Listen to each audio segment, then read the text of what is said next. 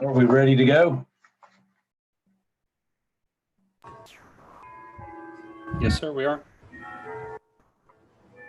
Okay. Well, I call to order the May 18th, 2020 regular meeting of the Planning and Zoning Board of Tarpon Springs. Can we have a roll call, please? Mr. Seaman, Here. Mr. Kuskudis, Ms. McCumber, Here. Mr. Hasse, Mr. Vesey, Here. Mr. Stavropoulos, Here. Ms. Vigil, Here. Mr. Morgan. Here.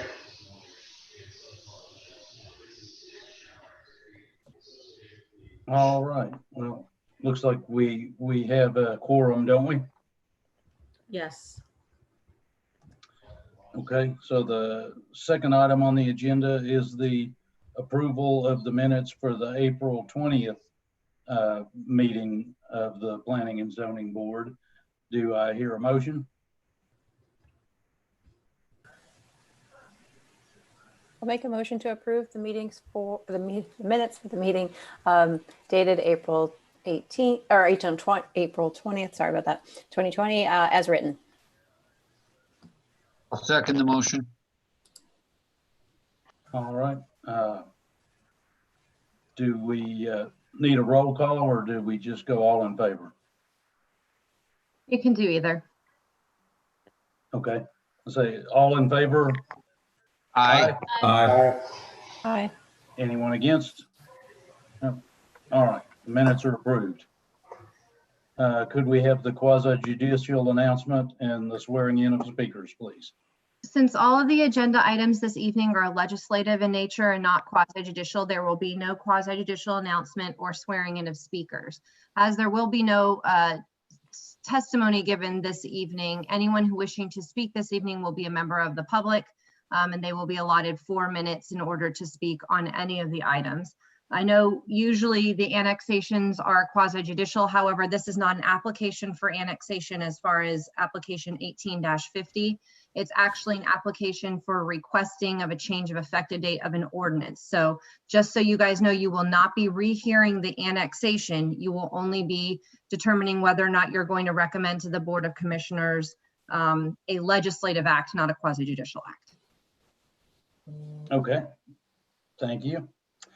So that brings us to item number 4, the North Lake Estates Pioneer Developers request that relates to application 18-50 and 19-32. Are these related in such a way that we want to hear them at once, or do we need to hear them separately? You can hear the information together, but then as we have done in the past, there will be 2 separate motions. Okay, well, unless someone dissents, I would say let's hear them together.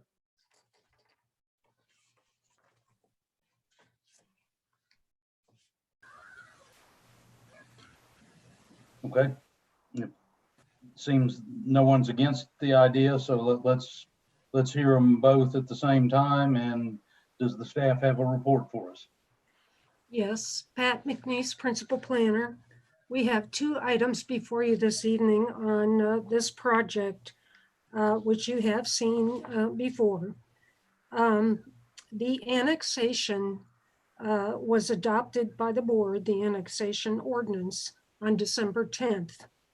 And the applicant has subsequently requested that the effective date be changed. The current annexation ordinance makes the annexation effective when the land use and the zoning become effective. The second readings on the land use and zoning have not yet occurred. The applicant would like the annexation to be effective immediately, not wait for the second reading on the land use items.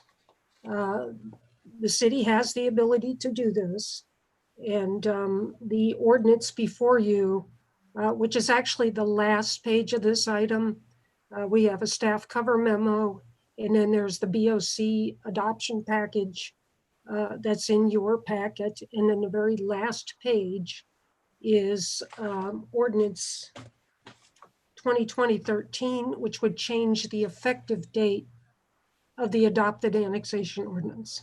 So that is the first item. The second item, in the same request letter that the applicant provided, they have also requested a change to the development agreement that the Board of Commissioners adopted for this project on December 3rd, 2019. And that change is to really to clean up the development agreement to reflect the most up-to-date exhibit in the agreement. The applicant adjusted the site layout slightly to avoid the preservation area on the property that is designated preservation on the future land use map.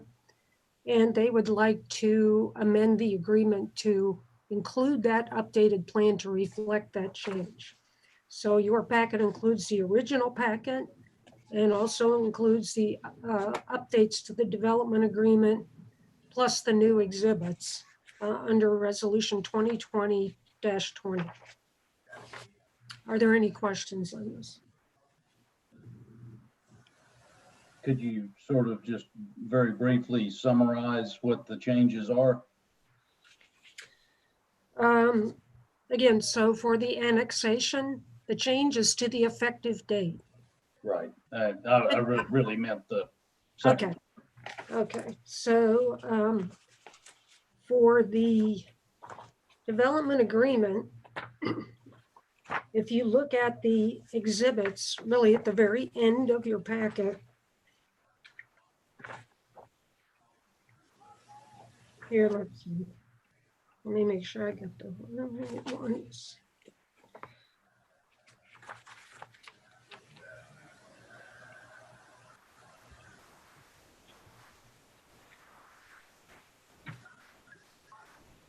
The exhibits show the development agreement that has the original exhibits in it, and also the revised exhibits that show the road jogging slightly to the south. That is to avoid the preservation area, and that is what the applicant is asking for to have included in the packet. I'm sorry, in the development agreement.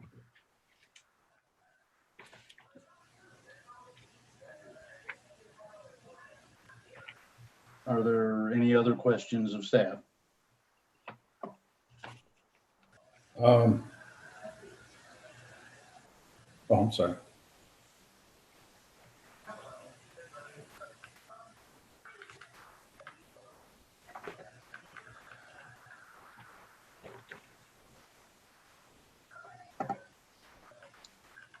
No further questions of staff?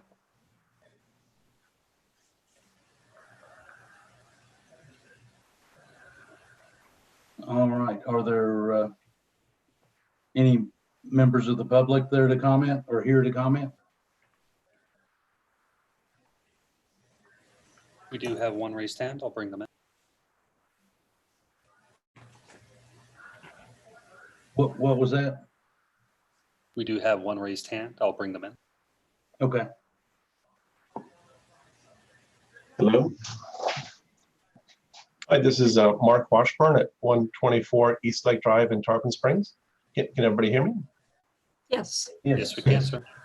I represent Save East Lake, which is a nonprofit organization formed by approximately 200 neighbors, some of which are in the city and some of which are adjacent to this property and near this property in question. And we are actually have an ongoing suit in appellate court against the city as well as Pioneer Homes. These two changes are very specifically intended to subvert our lawsuit by uncoupling the land use change, the annexation, and the zoning change. They hope to skirt what we're currently working on with Judge Jack Arnold and the appellate court in Pinellas. So I represent the 200 members, and we would hopefully ask that she would decline supporting this change, which allowed them to basically speed this through the system and get around our challenge in court.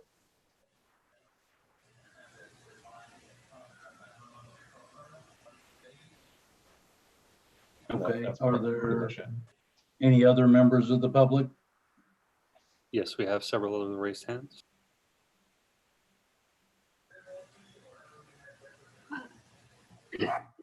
Just a question. I don't know if the applicant is present. Ms. Cole is here, I do believe.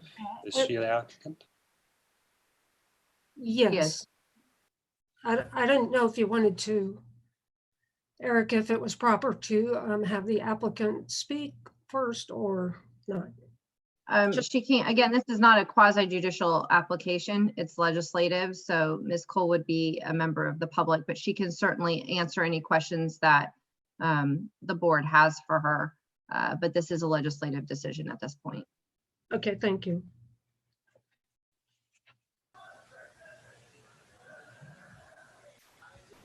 Okay, could we hear from the next member of the public then?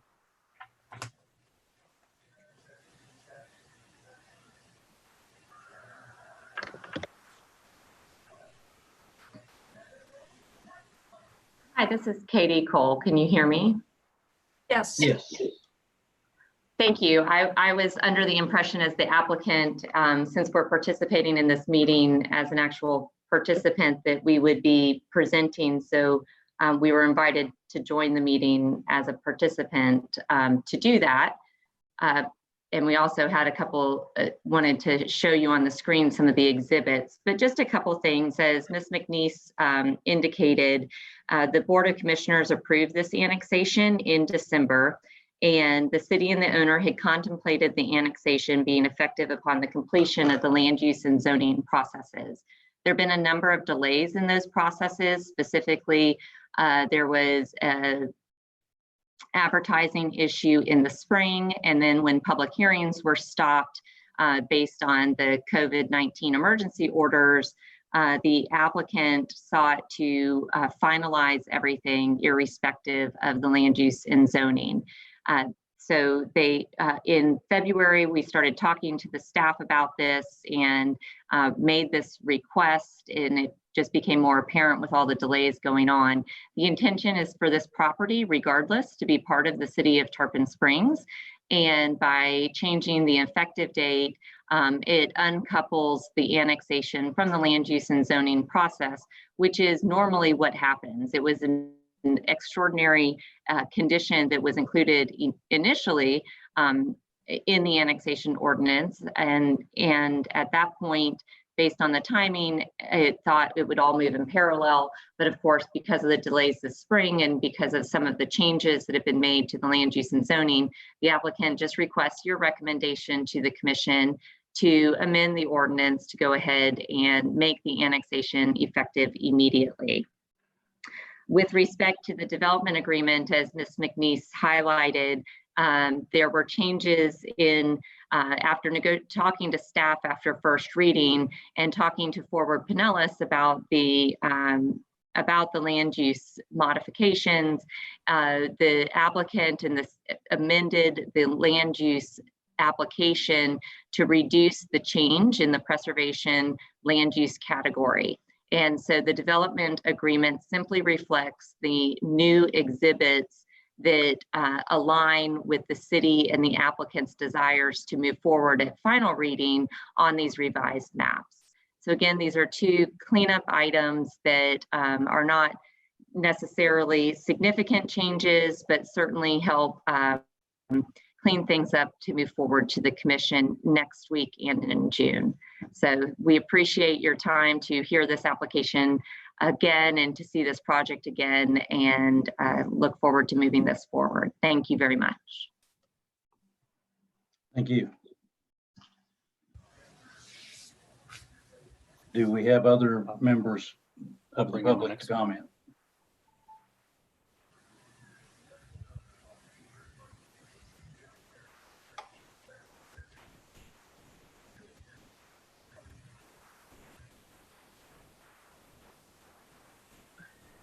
Hello. Yes. Hi. My name is Christopher Pennick, and I live at 366 North Highland Avenue in Tarpon Springs with my wife and 2 children. I am in unincorporated Pinellas County.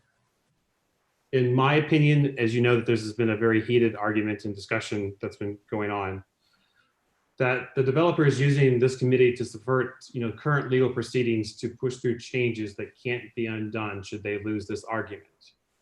There's an extreme rush to clean up certain items that should be addressed when there are several items that the Board of Commission addressed that they wanted in the final agreement that haven't been added to any changes, which is, I find kind of interesting. And in my personal opinion, I find that they will come back at a later date and ask that the board or the commission just waive these requirements.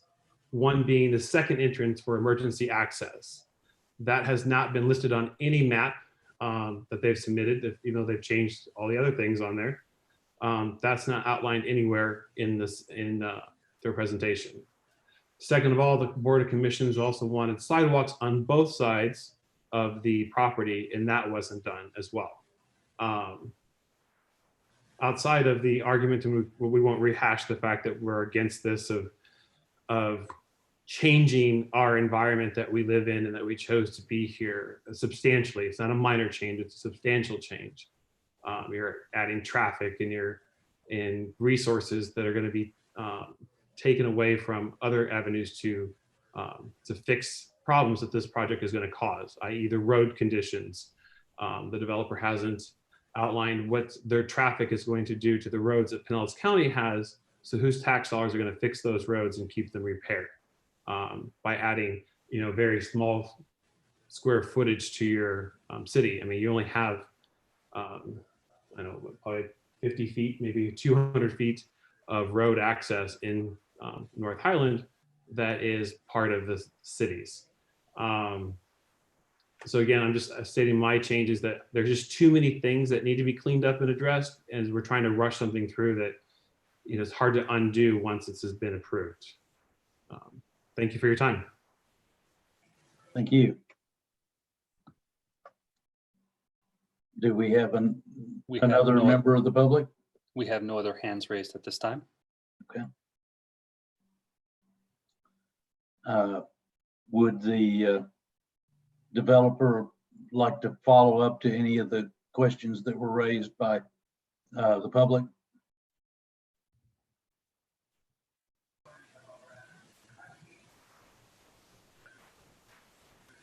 Thank you, Mr. Chairperson. Just to respond and to request at the commission meeting when the development agreement was approved, Mr. Pennick's correct that the commission asked for there not to be a waiver and did not approve a waiver to the sidewalks. The revised exhibit still shows that, and so I appreciate him highlighting that, but certainly those are things that are all resolved at site plan approval, and so this project will come back to the city for final site plan approval, consistent with the conditions that the commission previously set on the development in the RPD. So happy to answer any other questions the board may have. They brought the question up about a second entry point. Certainly, that's also a site plan issue. I think Mr. Pennick's referencing a TDC comment from about 2 years ago. We've been working with staff on this project for some time. It was initially a comment. Since then, the applicant and the staff have been working together with the fire. And so whether that is something that will eventually be required is still to be determined, but that's why attached to the development agreement is a conceptual site plan, which is what was previously approved.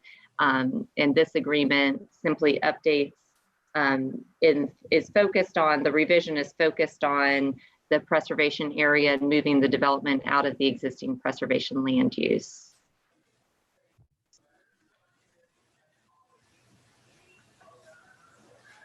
Any other questions for the developer?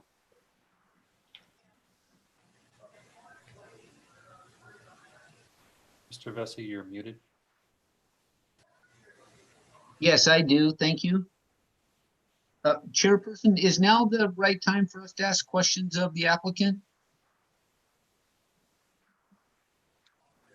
I think so. Okay. If I understand correctly, is it Miss Cole? Is that who? Yes, sir. Hi, Miss Cole. If I understand correctly, if I heard that right, in regards to the sidewalk issue, 1 versus 2, does that mean that we're approving a document within this application that is in fact incorrect and should not be part of this application at this time? No, that's not the case. I think that when this comes back for final site plan, you're not reviewing the final site plan. This is a conceptual plan to show the lot layout. And that's the extent of this. This will come back for site plan approval for the staff to review, consistent with the conditions placed on this by the city.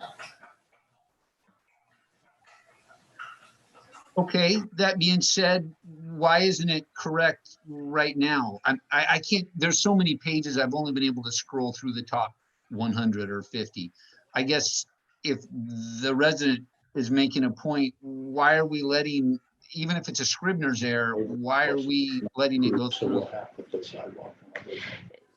The sidewalk was associated with a waiver request, and the waiver request is replicated on a conceptual development plan, but certainly as a condition, it wasn't approved. And so the applicant is by no means asking for a sidewalk to be approved at this point.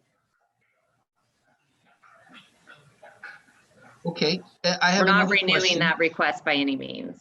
Okay. And we can certainly delete all those waiver requests off of this plan if that would, because it was simply an oversight. The same plan was used, and the only change that was made was with respect to the preservation area. So the fact that the waivers were still listed on it based on the original development agreement, we can delete those before it moves forward to the commission.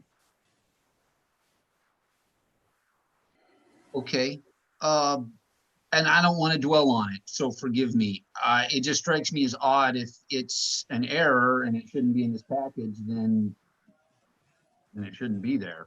But I'll let that go. I do have another question. Is there, in regards to the other public comment, I believe that was the attorney representing for, I guess it's a civil suit. Could there be any truth to his comment that this in fact is an effort to speed up and bypass the process?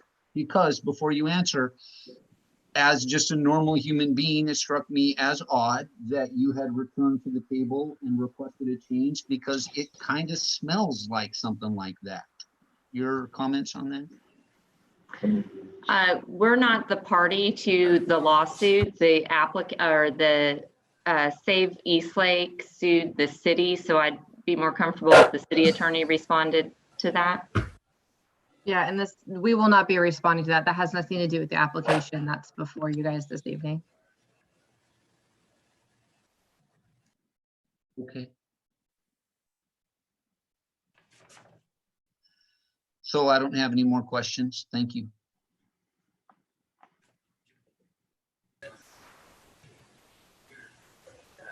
Anyone else have any questions?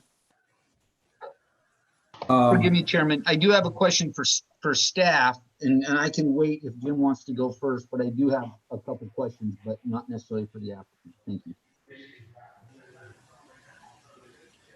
Go ahead. Can I speak? Yes, go ahead. Okay. I'm just a little confused because if we're dealing with conceptual drawings here and we have specifics on here, how can we address something that's conceptual then with specifics? I'm having a hard time understanding that.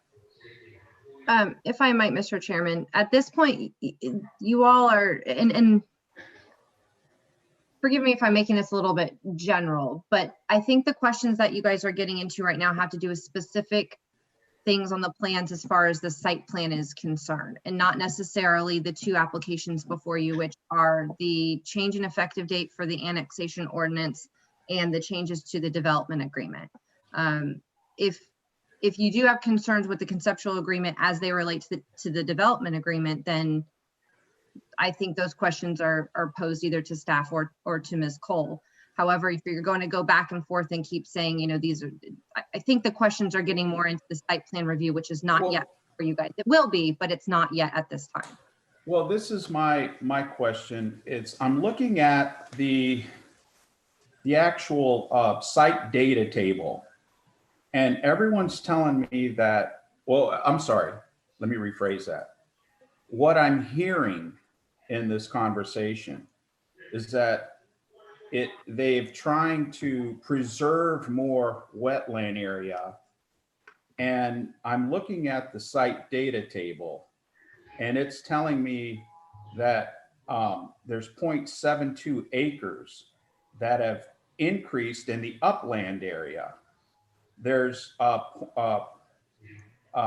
where's the other one?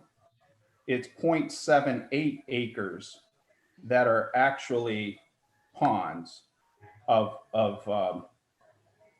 increase in acreage. And then there's the total wetlands have actually gone down 0.06.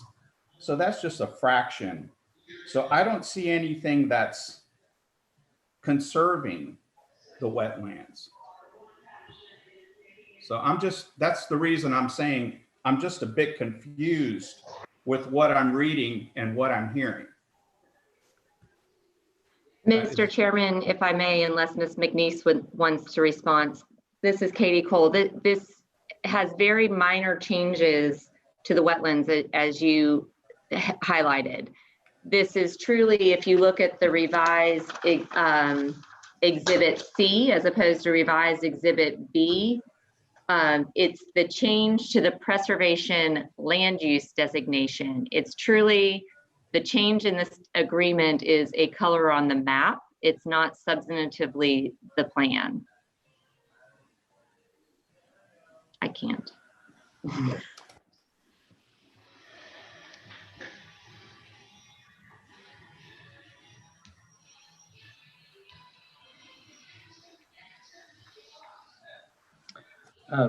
I have a question, and I'm not sure whether it's for the staff or our attorney really, but can someone explain to me a little bit the benefit of moving the annexation ahead of the rest of the process? And is this something that's usual or unusual?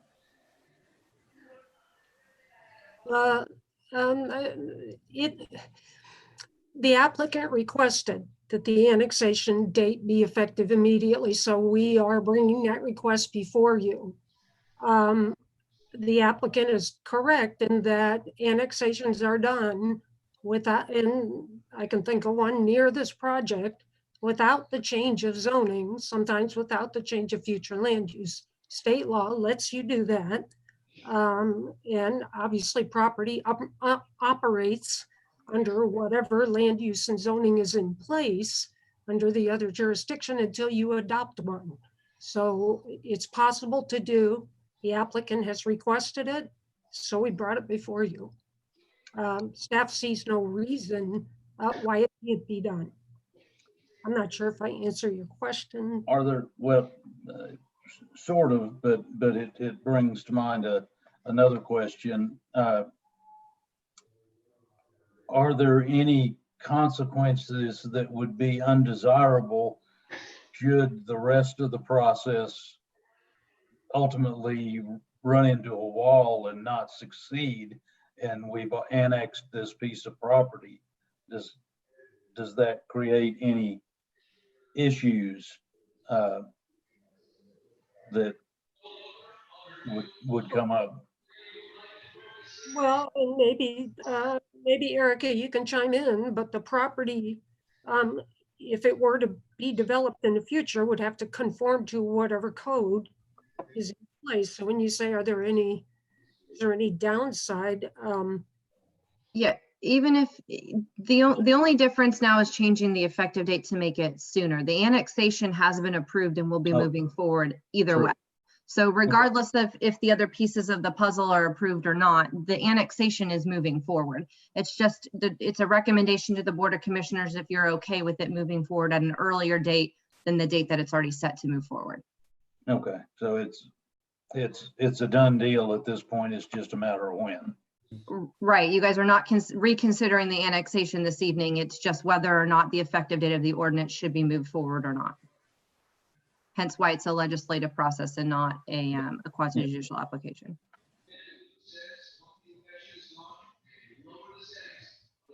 Any other questions of anyone? Chairperson, I have a question. Can someone refresh my memory? How did this board vote on the initial annexation request? The annexation was recommended for denial. The development agreement was recommended for approval.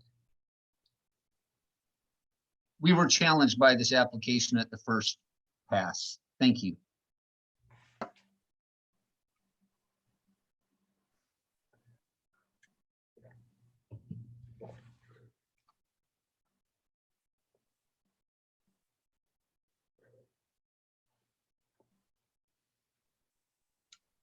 All right, any further questions of anyone?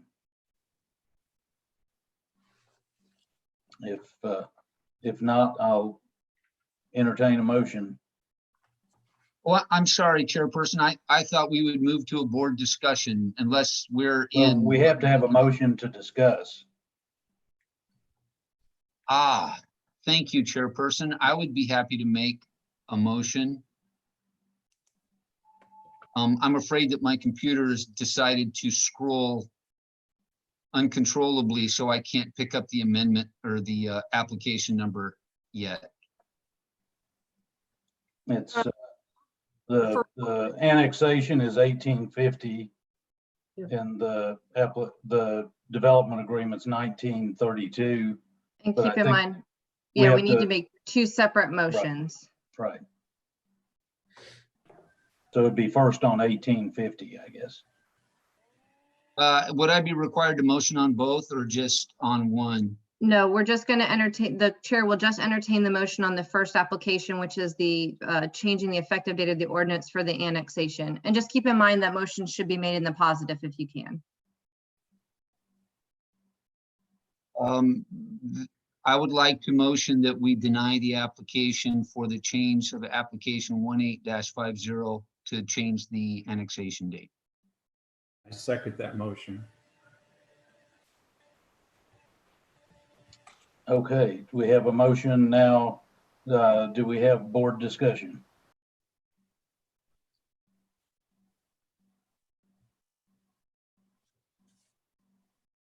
If anyone is curious, I would just say that I think that this is such an important issue that there certainly can be no harm done by letting the process, as we've already agreed to, or the commissioners have already agreed to just let that play out in a normal fashion. Thank you.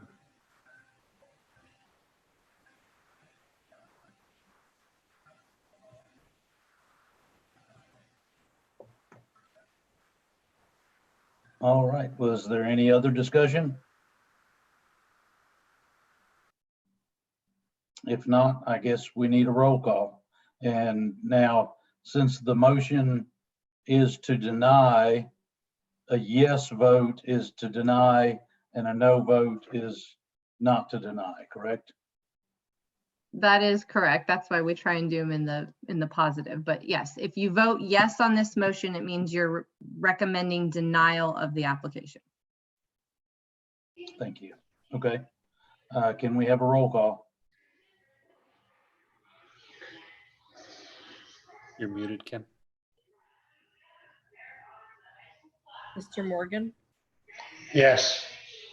Ms. Behill, No. Mr. Stavropoulos, Yes. Mr. Vesey, Yes. Ms. McCumber, Yes. Mr. Seaman, No.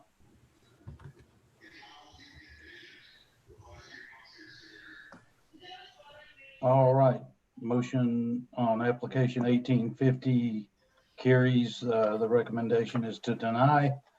Now we have application 19-32, the amendment to the development agreement. Do I have a motion on that item?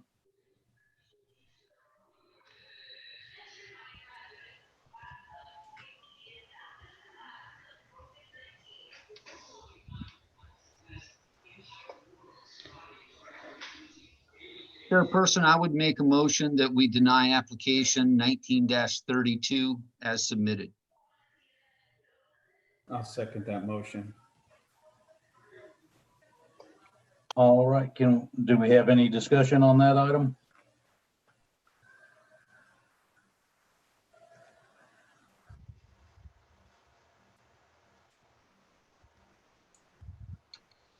If there's no further discussion, can we have a roll call on that one? Mr. Morgan, You were muted. Yes, I'm sorry, I was muted. Ms. Vehil, No. Mr. Stavropoulos, Yes. Mr. Vesey, Yes. Ms. McCumber, Yes. Mr. Seaman. No. All right, motion to deny carries on application 19-32. Now we move on to item number 5 on the agenda, application 17-109, Land Development Code Amendment, Ordinance 2020-12, amendments to Article 4 of Special Regulations, Development Standards. Does staff have a report? Yes, board members, Mr. Chairman, Louis Cerna presenting staff comments. We've attached for your consideration an ordinance regulating wireless telecommunication facilities within the city rights of way. The Board of Commissioners discussed this item on April 21st, and draft standards were presented to them on April 28th. We covered quite a bit of ground in those two meetings. We've attached for your reference 2 memorandum from those meetings. I'll briefly summarize some of their discussion and then we can move into the ordinance. On April 21st, the city just wanted general information on these facilities. So we discussed quite a bit about what the state and federal regulations allow the city to regulate and what they do not allow the city to regulate. Basically, the city does not have a lot of power when it comes to the timing and processing of these applications. The city cannot regulate the electromagnetic health effects of these facilities. These are regulated by the Federal Communications Commission. The city cannot prohibit these facilities, and the city cannot establish districts where they are prohibited. However, the state law does state that the city can establish reasonable location, context, color, camouflage, and concealment requirements. And based on those requirements, staff with the direction of the board came up with some standards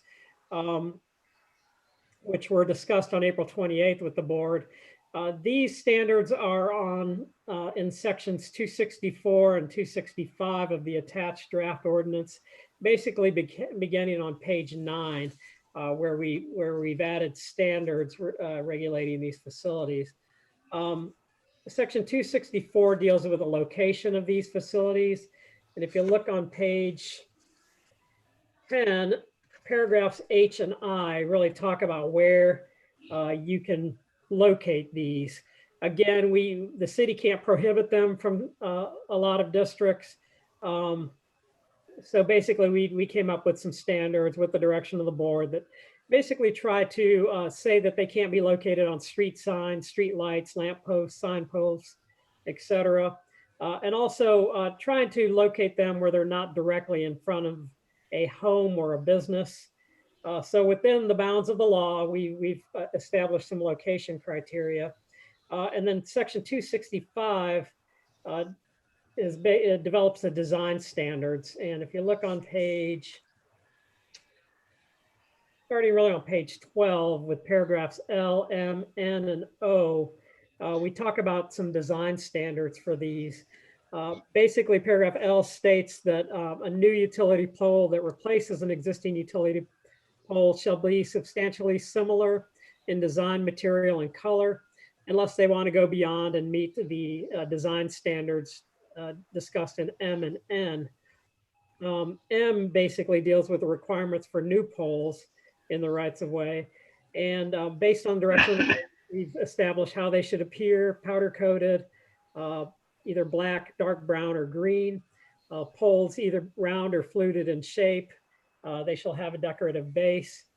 And then also at the direction of the board, within the city's historic district, the special area plan zoning district, or the community redevelopment area, the poles shall include decorative street lighting, meeting the city's design standards for such lighting within the CRA. Paragraph N states that a new pole that is not replacing an existing pole within the right-of-way within a designated scenic corridor shall be camouflaged to resemble a non-invasive tree species that is common in Pinellas County. So basically, if you're on a scenic corridor, which there's really only one corridor along portions of East Tarpon Avenue and Keystone Road, then it shall be, these facilities shall be camouflaged to resemble a tree. And then O just talks about the height of these small wireless facilities shall be limited to 10 feet above the utility pole. So in essence, these are the standards that we discussed with the board. Again, we're limited by state and federal law as far as how much regulation of that the city can put on these and where they can be located. Rob Eschenfelder with the city attorney's office, also, he helped draft this, this ordinance. He can help answer any of your questions. But staff is also available to answer your questions of what's in the ordinance, and we'd be glad to do so at this time. Do we have questions for staff? I've got a couple. One, when I read this, I thought it said there was no application fee that application fees were prohibited, but we show something with a $5,000 application fee. So I'm not sure whether I misread it or there's conflicting information in there. Also, I'm just curious. I'm sorry. Oh, go ahead. I was going to say that there still will be the regular application fees for reviewing these. The city is limited on the registration fees of these. They cannot be, there's limitations on the amount of registration fees for these sorts of facilities. So I hope that answers your questions. I don't think there's a conflict. It's just perhaps some of the wording, I guess, the type of fees that's being addressed. Okay, and references a building official. Who exactly is a building official? That would be, and his name escapes me at the moment. Pat, do you? I can chime in. Evan Powell, our building development director, he acts as our building official. Okay, so I didn't know if we had an actual building official. Yes. Okay. And I hate to interrupt, but I did notice in the attendees that Vice Chair Kuskudis is present. I didn't know if we wanted to bring him in on the panelist since he's now present, since this is legislative. If he wants to ask any questions or anything, he's welcome to do so and participate. Yes, Bring him in. absolutely. In fact, he's required to do so.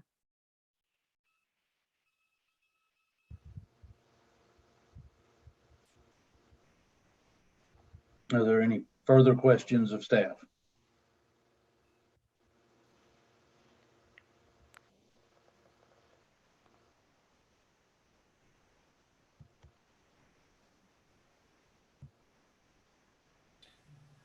I have one question, if I may ask. Can you all hear me? Yes. Yes. Okay.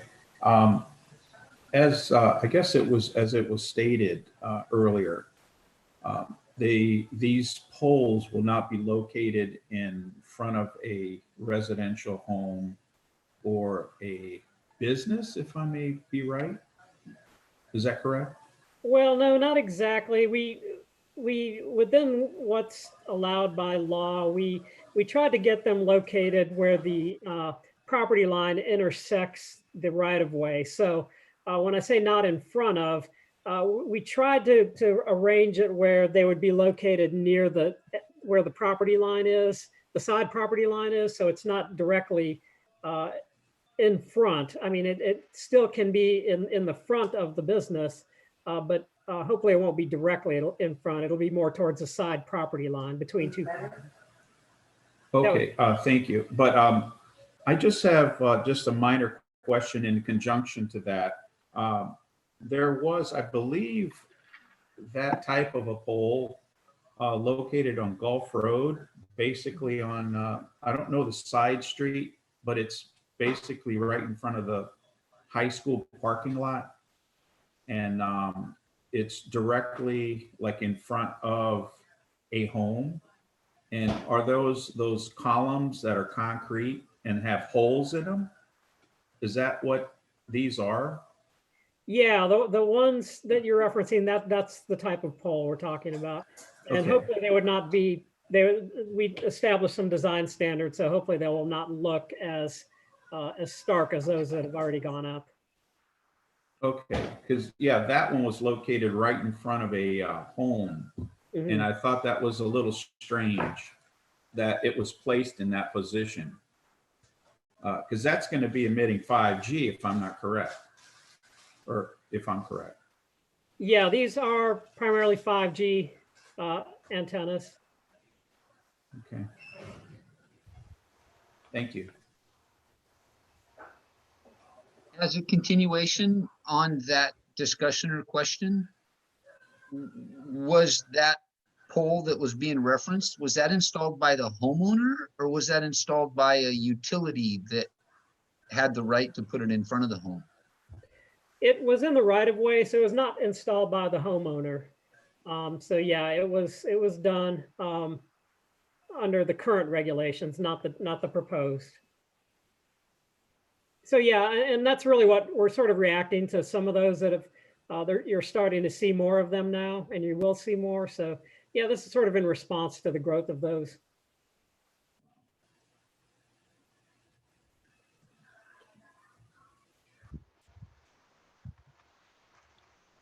Does anyone else have questions?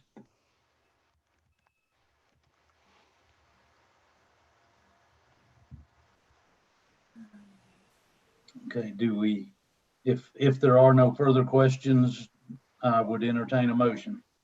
We need public comment. Oh, okay, sorry. Public comment. Do we have any public comment? We do not have any raised hands at this time. Okay, thank you. All right. Being no public comment, I will entertain a motion now.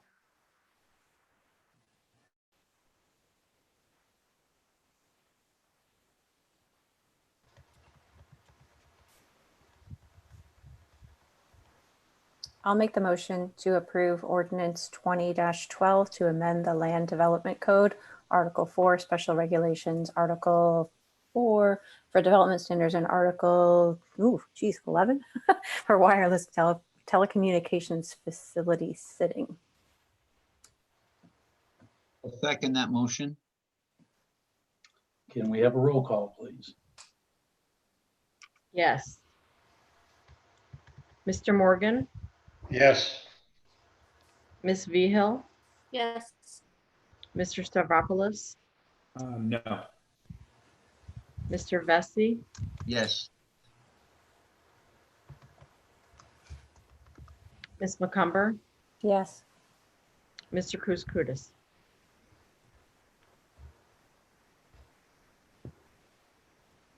Mr. Kouskoudis,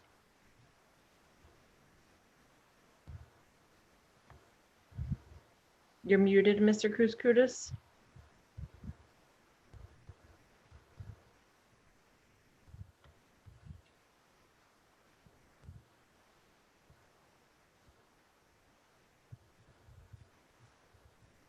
Mr. Kouskoudis,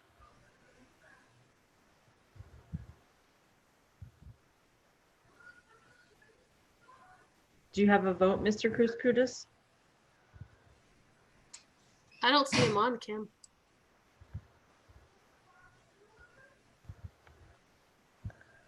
Okay, Mr. Seaman, Yes.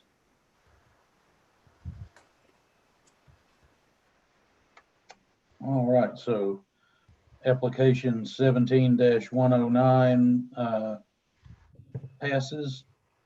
That brings us to item number 6, application 18-38, a land development code amendment, ordinance 2020-06, amendment to sign regulations.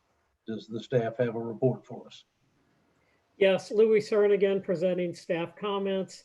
As you may recall, the draft sign ordinance was presented to the Planning and Zoning boards on February 24th and then on March 16th. This ordinance, as you may also recall, was actually began in January 18th of last year with workshops with the board on January 18th and September 30th of last year. And the primary purpose of this update was to bring the city sign regulations in conformance with a 2015 Supreme Court decision. And again, Rob Eschenfelder of the City Attorney's Office was involved in the initial drafting of the ordinance, and he's available to answer any of your questions.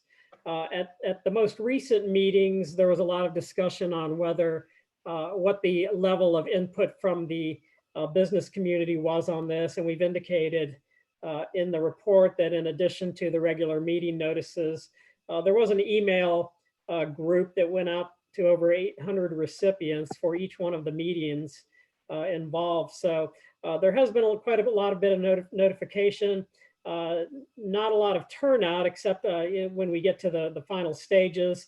And even then, most of the comments at that point were written. The current draft ordinance does reflect the direction of the Board of Commissioners that we were given beginning back in last January. There were 3 sticking points that I'd mentioned in the memo, and I'd like to just discuss those briefly. And just for your reference, for reminder again, the ordinance shows blue and green color, or red and green colors, I'm sorry. The red indicates what the proposed changes are from the existing regulations. It's strike through and underline. And then the blue or green colors is more of a changes that were made after the initial drafting of the ordinance. The 3, I guess, potentially controversial issues that we wanted to get some direction on. First deals with the A-frame sandwich board sign design requirements. That's in section 191.09E of the ordinance, which is on page 64. There was a requirement put in there at the direction of the board that these A-frame signs be composed of chalkboard type material capable of being written on by chalk. We did get a lot of comments, a lot of responses on that, that was not something that a lot of people were in favor of. So that's something that we're looking for direction on. We've offered some alternate language. Really the primary concern with those A-frame signs is things being taped to them, menus, pieces of paper being taped to them. They're not being kept up as they should be. So we've all offered some alternate language, just stating that they must be of professional quality and what professional quality means. So we've offered that out.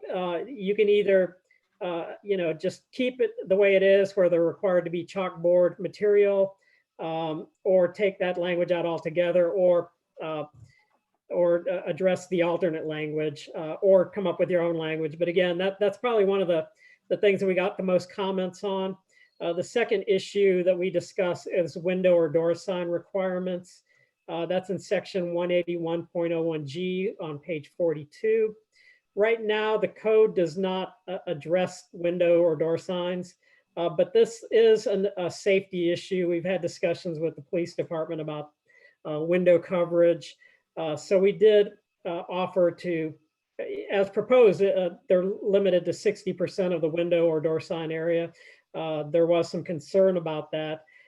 We offer some options for your consideration. First, you could keep these signs as exempt as they are under the current regulations. The current regulations do not address window or door signs.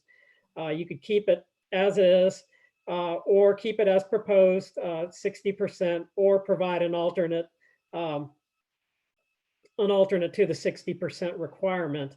We've noted that because this issue involves public safety, we could defer this issue to allow additional research, including input from the police department, input from businesses, and information on how other communities regulate these signs. So we've done some of that.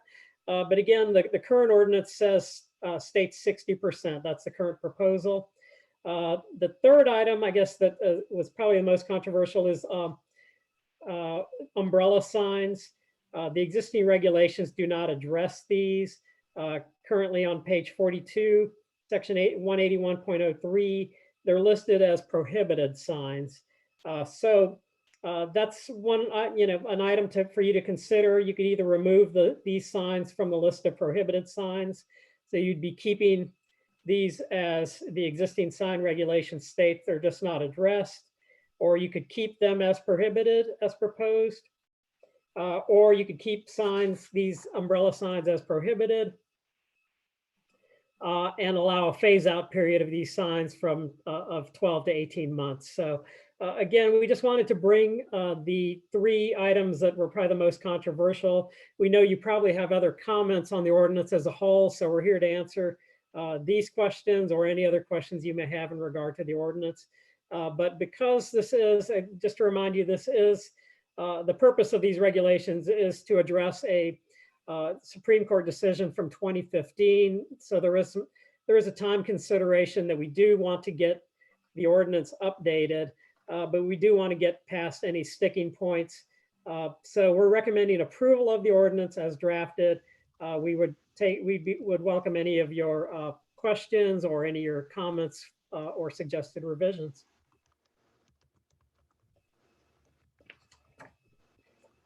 Do we have questions for staff?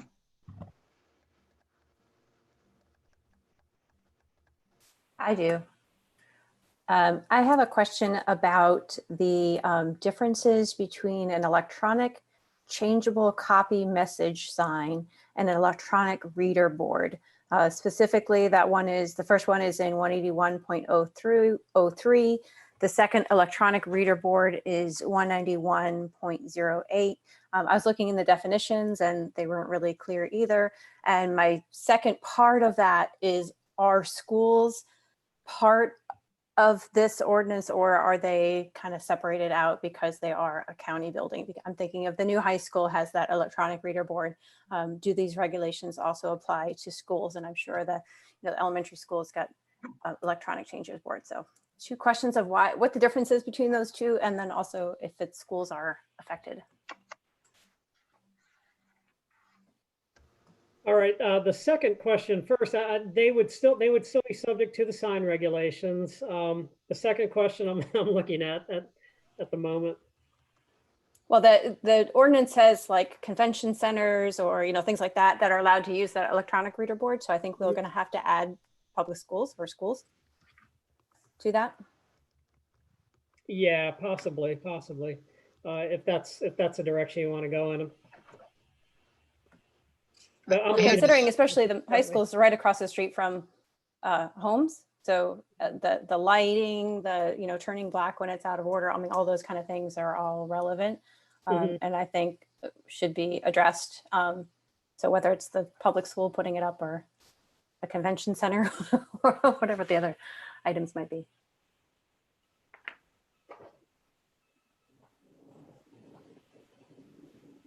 All right, I'm looking into that in the ordinance. I don't know if there's any other questions while I'm looking. I don't have an answer for you immediately. I might be able to help because I had the same question or concern. Can you all hear me? I think that the schools and, for example, our municipal building, which has a large electronic sign, I think they fall under government exempt. So the schools and government get to put up whatever sign they want and everybody else can't. That's how I understand it.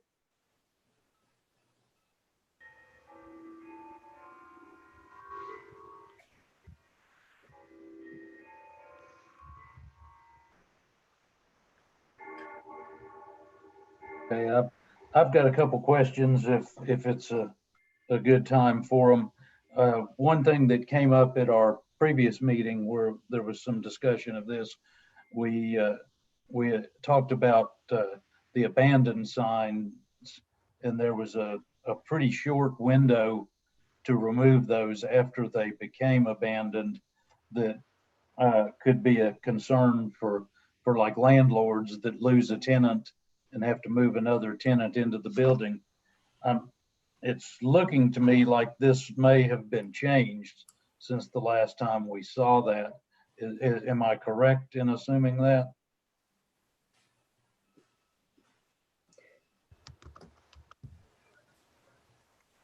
Yeah, I don't think that language was changed. I'm looking for that section as well, so. I'm seeing 180 days now, which is I believe the same as in the existing ordinance, where I thought previously it was like 60 or 90 on the revision that we looked at before our last meeting.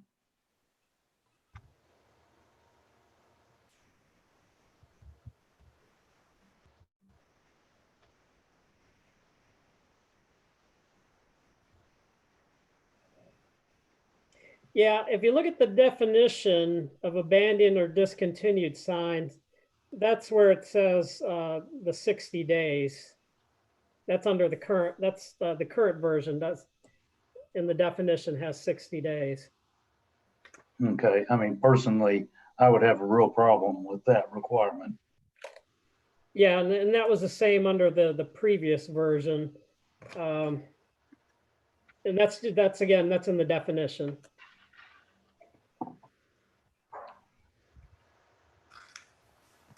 This is Robert Eschenfelder. I think that you need to understand the 60 days just goes as to the definition of whether the sign has become abandoned.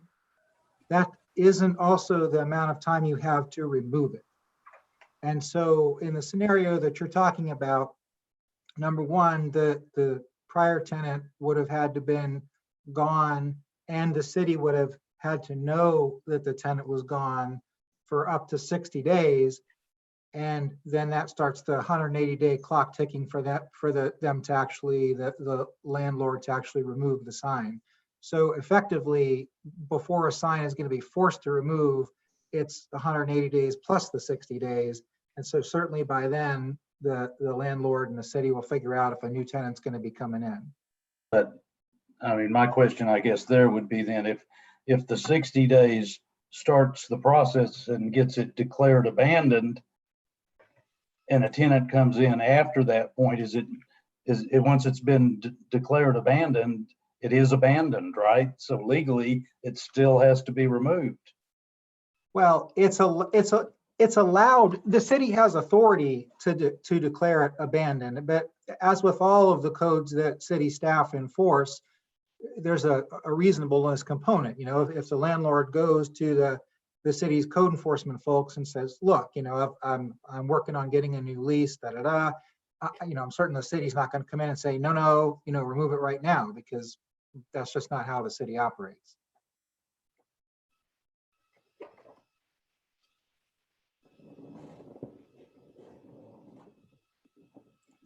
But certainly if, you know, it's within the right of the commission to go ahead and recommend if you want to increase that 60 days. I don't think it's anything that the staff or I am wed to.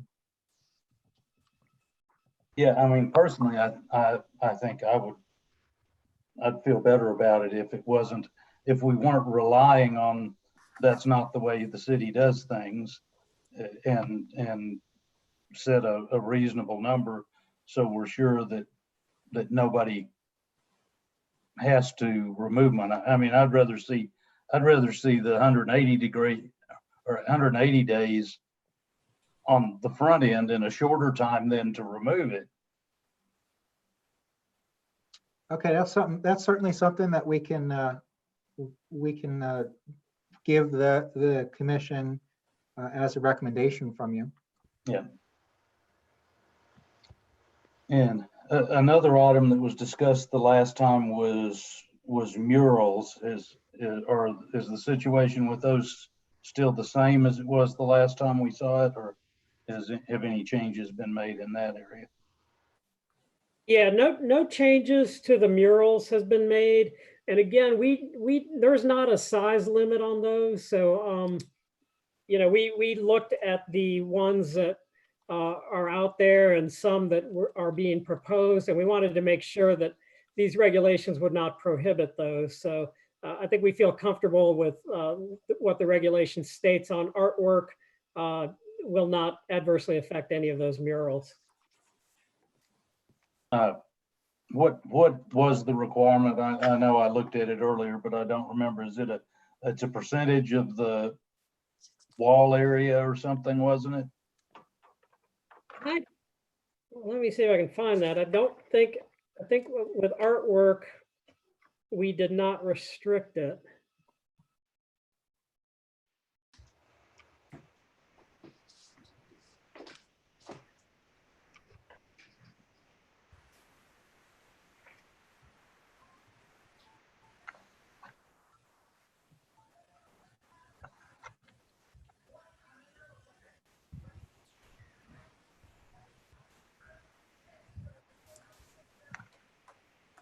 And I'm looking. Yeah, there's a lot of pages to flip through. Are we talking about artistic murals? Yes. Yes. Yeah, those aren't restricted. They're just Not going to be restricted. categorized as artwork. Okay. I just have a quick clarification on here. I may be just stuck on the word, but it says it may consist of framed chalkboard, tackboard, or changeable copy signs.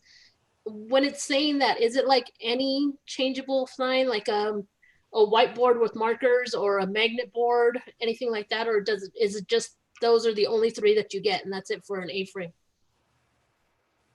Oh, let me see.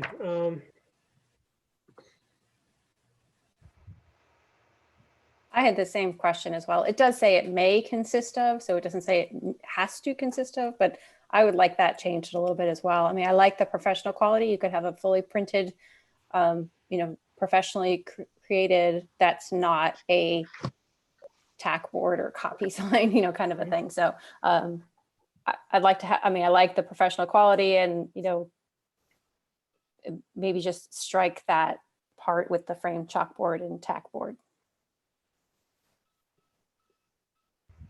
And if it's limited, if it's limited to any kind of interchangeable sign, or if it has to be that sign.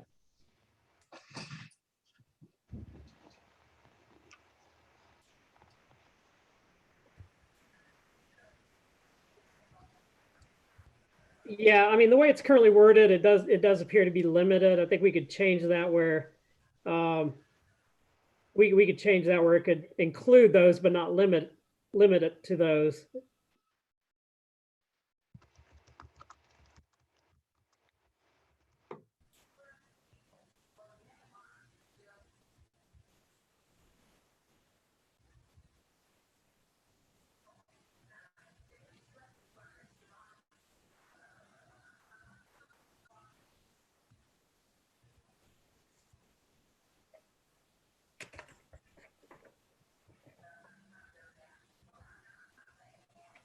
Are y'all ready for me to bring up another one? Go right ahead. All right, 191.035, I think it is. It's the political campaign advertisement signs. I think that there should be a date of prior to election date. So if there's special events, they can only post their signs up to 14 days prior to the event, but there is no sign. So there's nothing that says the sign should not be erected until more than 60 days prior to the election date or whatever that time frame is that we determine. But I think that there should be a sign, that something that you know, we're not seeing political signs put up in January for an election in November, you know, I mean, there should be something written in there for the political sign campaign advertising signs.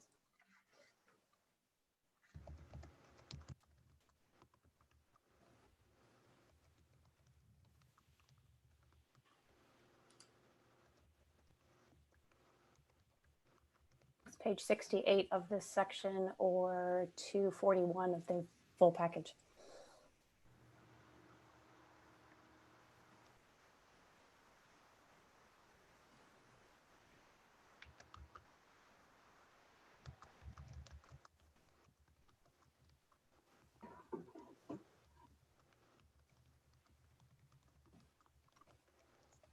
It talks about removal, but not erected before. Okay.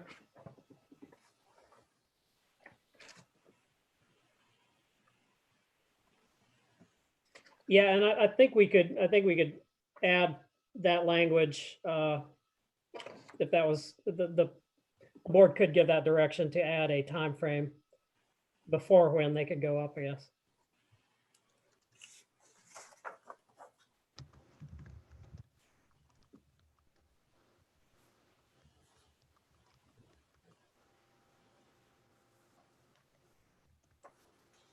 Question on the bench signs. They are prohibited under the terms of the new ordinance, correct? Correct. And I understand there was a lawsuit related to that. Correct. Does that have any bearing on those at this point? Our firm has very recently, I think in the past couple of days, reached a settlement agreement with that particular company that the commissioners have expressed comfort with. And so I'm not privy to all exact details, but there's going to be a certain number of years where they will, a reduced number of them will be allowed to exist. Right now, I think there's 80 or so, and it's going to go down to 45 or 50, and there'll be a certain amount of years that they'll be allowed to continue to exist. And then at the end of that period, they're going to be required to go away. The commission can always choose to do a fresh agreement with them and let them stay or come back in some other capacity. But the commission will reserve the right to end bus bench signs at that time totally. So it's a compromise between the assertion of the current company that owns the benches that they have a property right and a contract to keep them there forever, and the city's position that, you know, we're in charge of our right of way and we can tell you to leave if we want. The law is not 100% crystal clear either way, and so that's why the settlement agreement was reached. The commissioners, I don't know that they've approved it yet. I think that still has to be formally done at the commission meeting, but it's our expectation that will be done, that the commission supports that. And so with that, the terms of that agreement will drive what happens to those existing benches. But the code, as is recommended to you and as you'll be recommending to the commission, the current draft does contain bus bench signs as a prohibited sign. So no new company could come in and create a new sign. Can y'all hear me? Yes. Yes. Hey. I had a lot of technical problems. My apologies. I'm glad you're back. I could see you guys and hear you, but I couldn't talk. So does that answer the question? Yes. Are there further questions for staff? On the electronic reader board signs, if I could return to that, was the direction to add those, add schools under those as where they could be allowed? Well, it was two things. So it's called something different in 18103 than in 19108. So I just want to make sure we're clear on verbiage. And then also I do think that schools needed to be added to that. Or maybe even broaden the definition of who is allowed to have, because right now I think it says civic centers, hospitals, and something else. I have to pull it up. Can I interrupt a second and find out exactly where y'all are with regard to the sign ordinance? We're jumping all over. Yeah, Okay. we're just jumping around. The prohibited signs, I think the electronic changeable copy sign, that's a different sort of sign than the electronic message board, if that was the question. Okay. 1.03. In response to your question, Mike, the staff has done their presentation, and now we're asking questions of staff and the city attorney. Okay, just let me know when I have a chance to start asking my questions. I don't hear anybody else asking, so I guess it's you. Okay, and I apologize in advance. Again, I know I've commended you guys several times and the work that you've done here.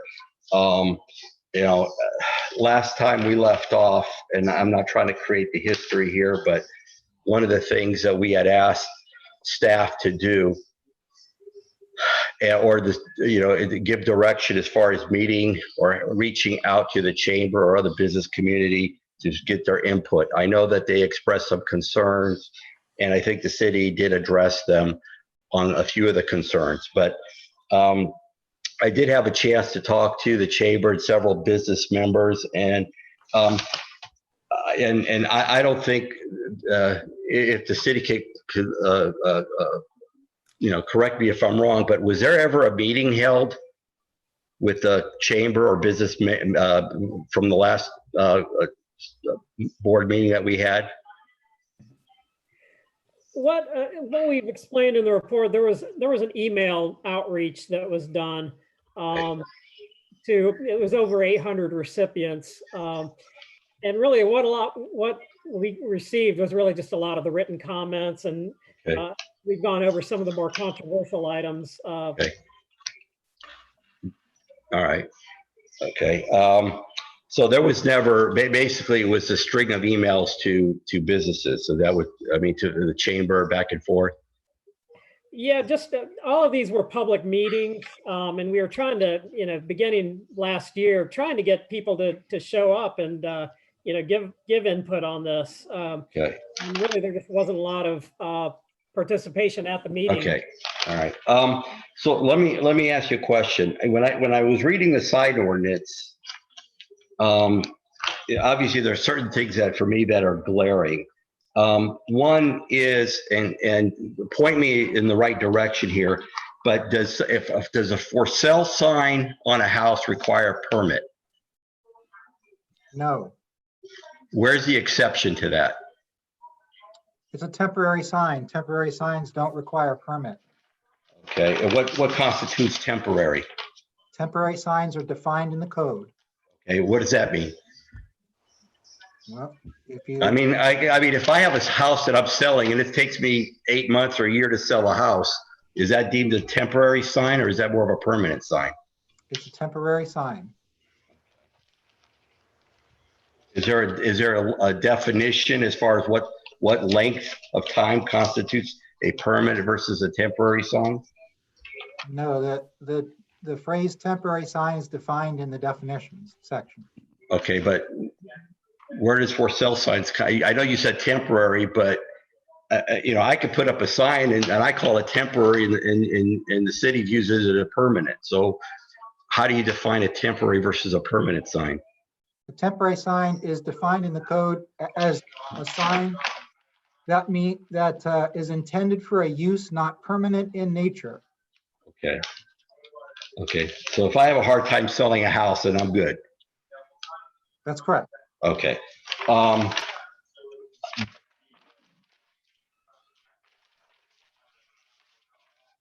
Where were we on murals? I knew I had an issue with the mural provisions before. Were those amended or redrafted? Murals are deemed as art, and they're not regulated by this by this ordinance. What if the mural promotes the business? Then it's not a mural, it's advertisement. Okay, so I'm gonna go back to, and I'd have to go back and see what they actually painted, but let's say the distillery had a mural of distilling wine along the side, and that was deemed art, or is that deemed promoting its business? We discussed this with staff quite a bit, and that would not be deemed a sign. Really a sign would have to have the name of the business on it. So yeah, we definitely don't want to prohibit, creativity and the decoration of these buildings. And I appreciate that, but my concern is who makes that decision? Well, I guess the difficulty in response is if you try to write up an ordinance saying that you can paint anything on a building, it's very hard to write it up, okay. Without saying that you want to use. But we have an art committee, do we not? Is there an art committee with the city? Yeah, but they're not tasked with reviewing, judging what's art in the city. If I could just quickly address Vice Chair Constitutes, you're asking for something that's very specific. Murals in general are going to be allowed because they're considered art, and as you well know, they fall under the First Amendment. Now, if there is something that is put on a building that somebody complains about that they think is advertising, that's going to be handled on a case-by-case basis, and it's going to be at the discretion of the city, and then maybe ultimately the courts, whether or not that's going to be determined to be First Amendment right to. That sort of gets to part of my crux. That part gets to some of my crux of some of these issues, is that there is no appointed person who makes that decision. Well, it's somebody. Let me finish. Okay. It's somebody that works for the city who sits there and makes decisions with regard to, and that goes back to when we talk about when somebody issues a permit for a sign, it went from 45 days to 20 days. It says if a permit is not approved, it's deemed denied and you have to appeal. And the person who makes that decision is Mark. Okay, now you're going into two different issues here. It's going back to where somebody at City Hall sits on a lack of a better term, pedestal, and makes decisions who are not appointed by anybody from the city. You've got a city manager who you've taxed him with the ability to deny a permit for a sign, and there's no criteria with regard to it's an automatic denial if the permit just sits for 20 days. And I was only addressing your comment with regard to murals and artwork and the application of the First Amendment and being done on a case-by-case basis. Okay, all right. Now, if you have a problem with the permitting, we can move on to that section, but the murals were already addressed, and I think Mr. Cerna could address that. Let's move on then. Let's move on. I have the issue when somebody makes an application for a permit. Initially, you had 45 days. That if a permit was not issued within 45 days, it was deemed denied. Is that correct? That's correct, isn't it? Correct. Okay. And so if the application sits on somebody's desk for 20 days, they did nothing wrong. Okay, but submit an application, and all of a sudden they get a notice that it's denied because somebody at City Hall failed to act. And then their only recourse is to file an appeal, and their appeal is to the city manager. Did I read that wrong? You're talking about if the city fails to act? Yeah, on a sign permit. No, if the city fails to act, then it's deemed approved. The city can't sit on a sign application and sub silentio deny it. There's plenty of federal case law that says that that's not constitutional. So if the city doesn't act within the time as required to act, then the applicant. Well, I'm reading where it says, in the event, this is on a sign permit, in the event no decision is rendered within 20 days, it used to be 45 calendar days following the submission, the application shall be deemed denied. I'm reading it verbatim. 179.03, page 45.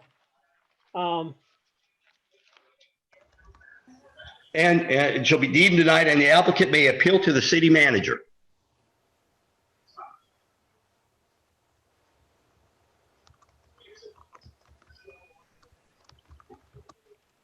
I mean, the board could give direction to keep that at 45 days. But even still, my problem is this. Why are we appealing to the city manager and not a board appointed by the city to make that determination?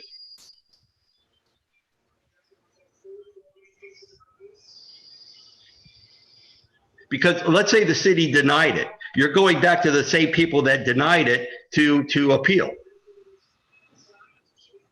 First of all, Mr. Vice Chairman, that section, I'm reading what you're saying, that should read that it's going to be deemed as approved. Okay. So not sure how that's in there, but I appreciate your pointing that out, because it definitely needs to say that it's deemed to be approved. With respect to your other question though, so because this topic it is infused with a federal right, what the federal courts have ruled many cases that if you're going to require a permit for something, you have to provide due process as to when that permit, if you deny that permit or whatnot, you have to provide some appellate capacity. And so the initial decision maker is the permit applicant review person, whoever the employee of the city is in the planning department or the building department, who's going to look at the application, see if it fits the code, and say yes or no.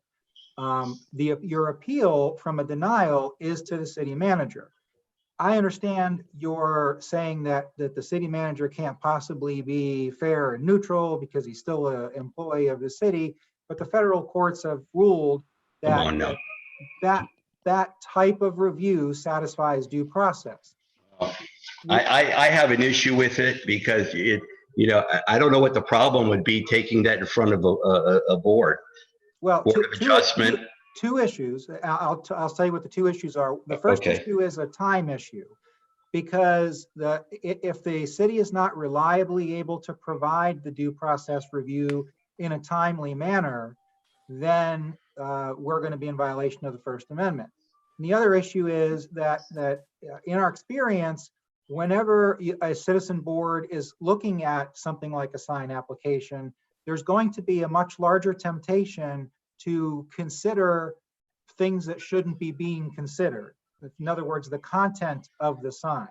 So the sign code, the things about the sign code that you're seeking a permit for are pretty straightforward. How big is the sign? How tall is the sign? Is the sign lit? Is the sign not lit? What the sign says is nothing to do with the application process. Okay. I'm not worried about what the sign says. I'm worried about the process. Okay. I don't understand how a board of adjustment has any more or less right to hear an issue concerning something like this.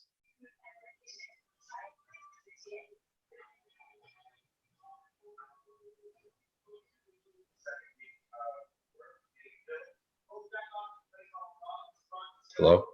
Yeah, I mean, I don't think that that's the issue. I think the issue is your concern is you don't like the idea that the city manager, or maybe even more in particular, this city manager should. No, it had nothing to do with Mark. It has to do with somebody, whether it's Mark or a different city manager,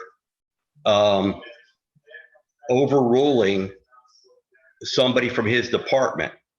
Okay, so that it's not gone in front of a neutral board who makes that determination.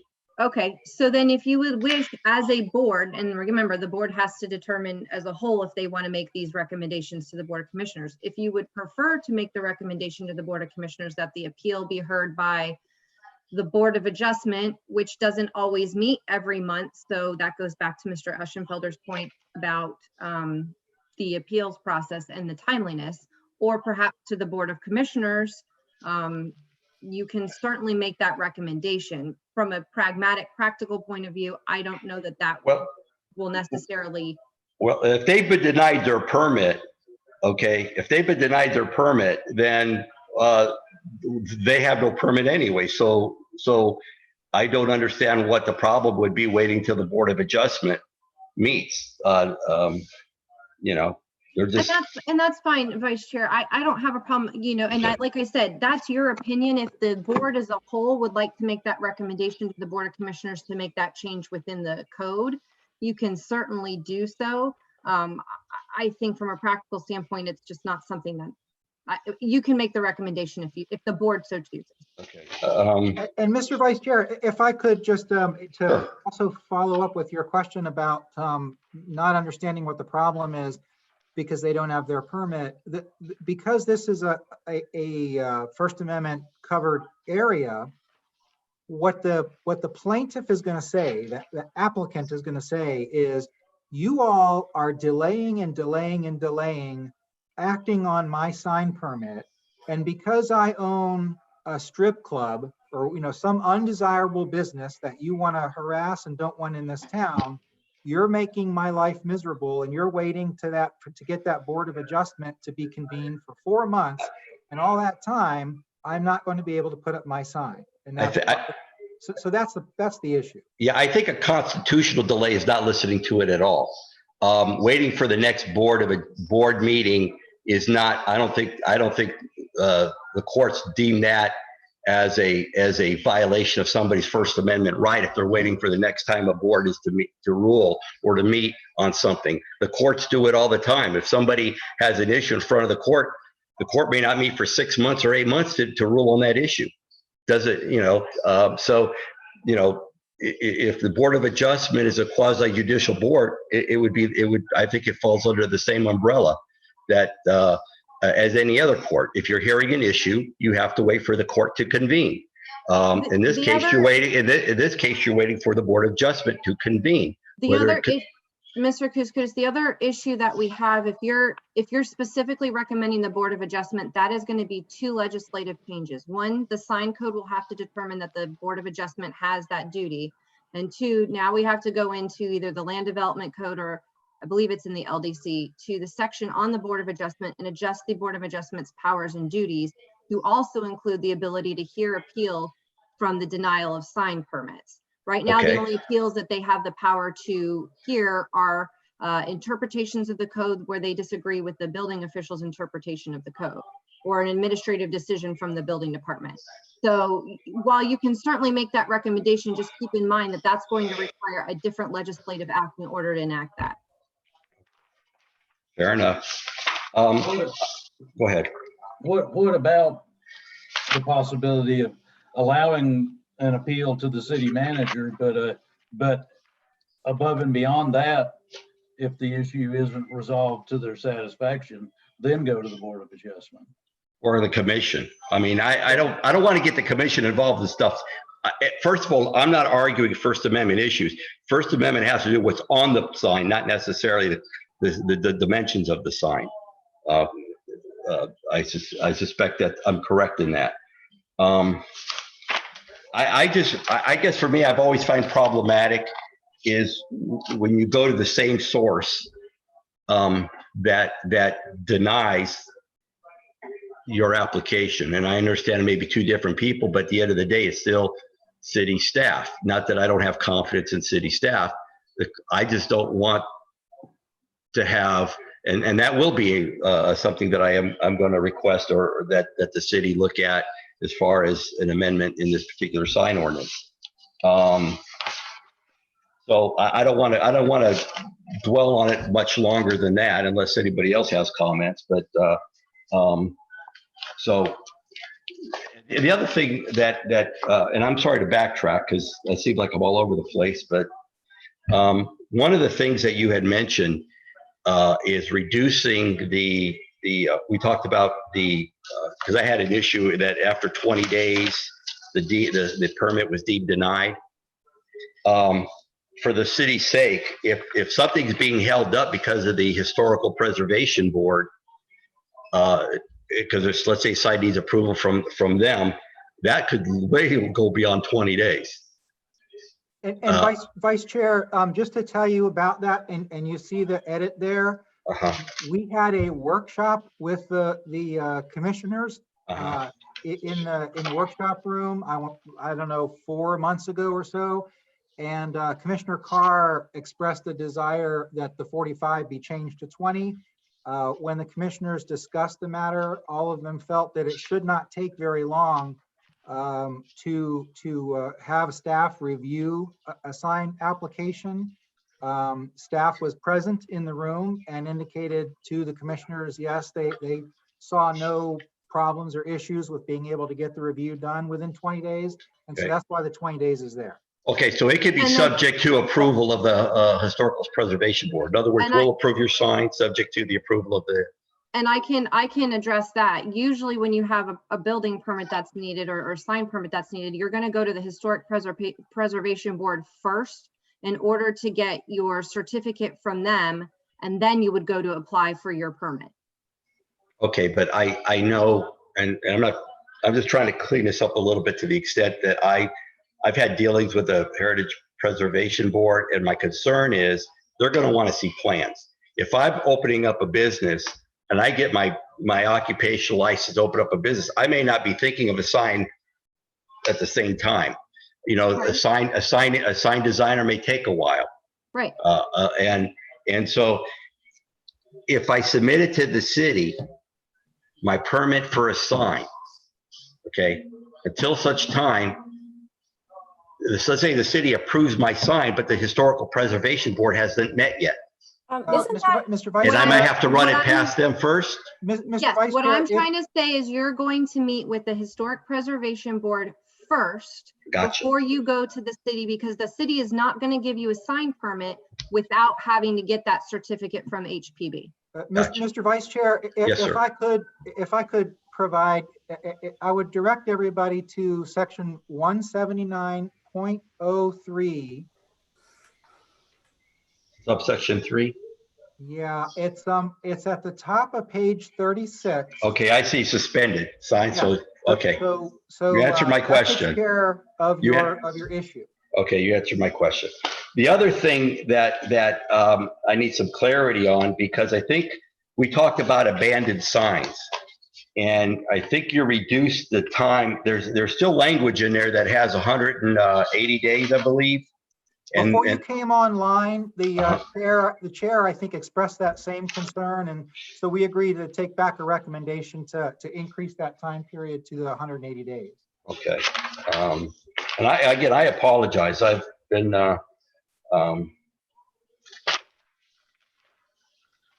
because I have stuff that's red lined, green lined, and blue lined, and I'm trying to make the blue line was stuff that was changed, was added. Red, well, first of all you really need to consider is looking at what is struck through and what is underlined and what is neither. If it's neither, it's existing. If it's struck through, it's in the current code and it's going away. And if it's underlined, it's new language. And so with respect to the changing of colors, that's just different times at which different versions were amended. So for instance, the addition of the Historical Preservation Board language that you are looking at, that was as a result of an earlier commission workshop where one of the commissioners pointed that same thing out. Yeah, I actually have it in black and white and in multicolor. So I'm just, oh, I had a question regarding wrapped vehicles.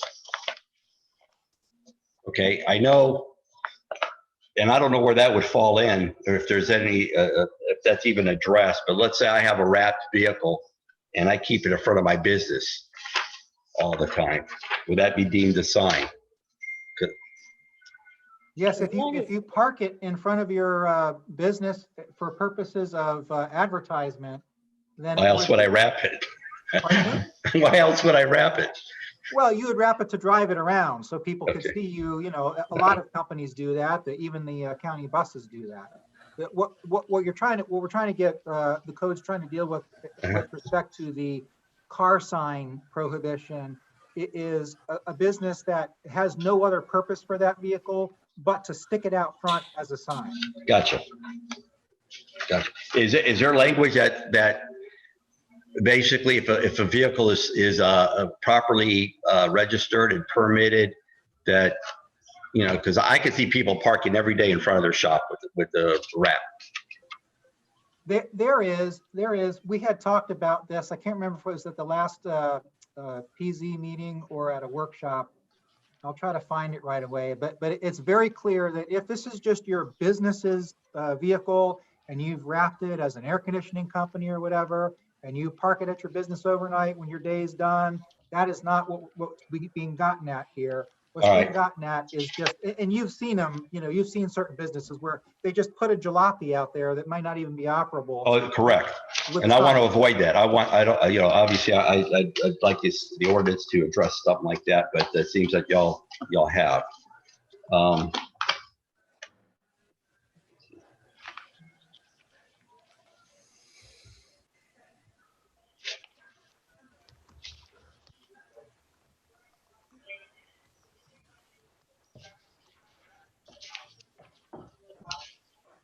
Just bear with me. Was there any other issues that were discussed on the side ordinance that before I was able to get in? We talked briefly about the window signs and some options that they gave us in terms of recommending either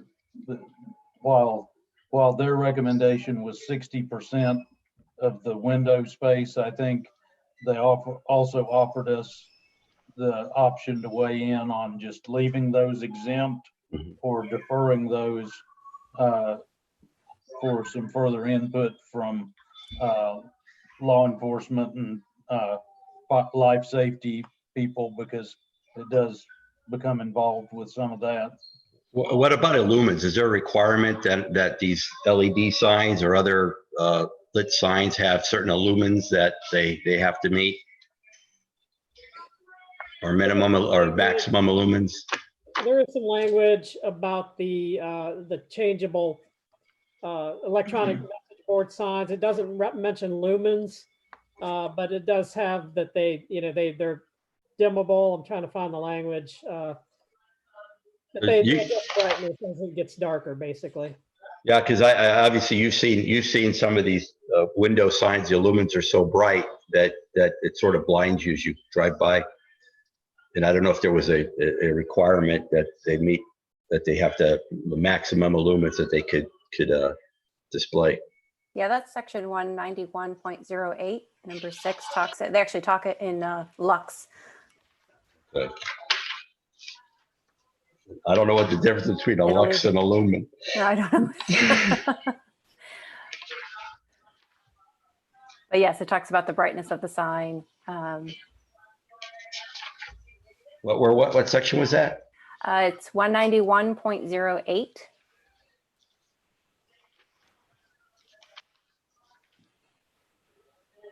Yeah, number 6. That's existing language. So there's Okay. Between 6 and 9. Lux. I see it. Lux meter. Okay. Okay. A lux is equal to 1 lumen per square meter. How about that? I learned something today. We also talked a little bit, I brought up adding schools to this list. As far as it just says civic centers, convention center, and hospitals. And Baha'i School now has this type of sign. So I think that we need to add schools to this as well. I want to thank y'all that addressed my questions and concerns. I still take issue with some, but that's part of life. So, Well, I think before you joined, I also talked about the political campaign advertising signs. Yes. There is nothing written in there about how far in advance prior to election day that they can erect signs throughout the city. So I'm suggesting to add that language. That's also deemed a temporary sign, correct? It is. I'm glad you went back to that, because while that's broken out and some other temporary signs are broken out, for special treatment because of kind of what they are, they're all still temporary signs. And so they're all gonna be controlled by the general temporary sign regulation up before them, which says 14 days before. So there'll be no political signs until 14 days prior to an election. The code will say that no temporary signs, which would include political signs, should go up until 14 days before. Or the before an candidates will election. obey that is up to the candidates. Enforcement's gonna have problems with that one. And we did talk in the workshop about that. You know, obviously that in some other jurisdictions that we've done this ordinance already in, the elected folks had to have long heart-to-heart about that. And I guess from legal counsel perspective, you know, our office is simply going to tell the commission that you've got to treat all temporary signs in a similar manner, or else you're going to get yourself open to an argument that you're treating them separately because of their content, because you're not allowed to regulate based upon what the sign says.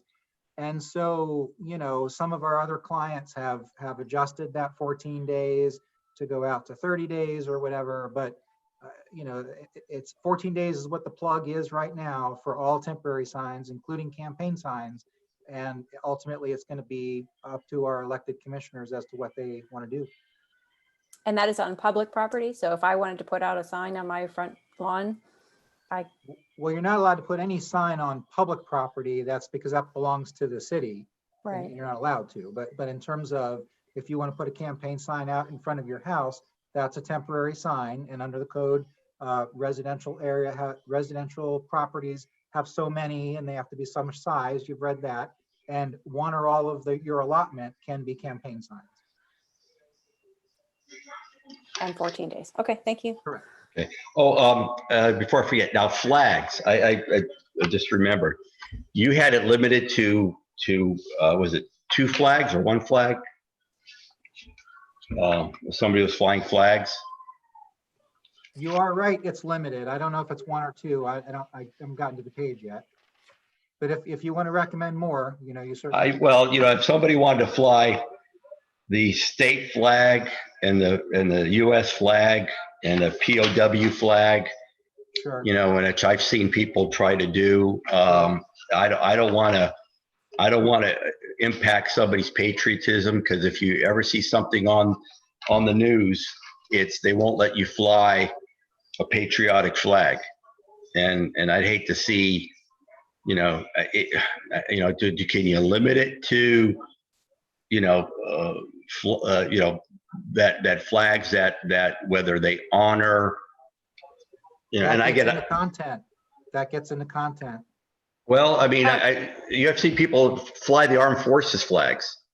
It does say right now for each parcel in multifamily residential or non-residential districts, 3 flags not greater than 24 square feet in sign area may be displayed. 2 flagpoles are allowed for each parcel in the city. Okay. What page number are you on? If you're looking at all 276, it's page 215 or 42. It's letter E under 181.01. I have it, thank you. 3 flags not greater than 20. Okay. Another option that I've seen, our HOA has it, that the American flag doesn't count towards your number of flags. That's not a bad compromise right there. Because you know, like I said, I know people who have, you know, they're very patriotic. They'll fly their service flag if they were a Marine. They want to fly the American flag. They want to fly a POW flag. And if I think I would imagine the commission would be comfortable excluding U.S. flag as a countable flag. What I'm seeing here actually is the 3 flags is on a multifamily residential parcel. It is 1 flag and 1 pole for detached dwelling units in a residential district. Yeah, you're right. Well, I mean, that I would take issue with, because again, I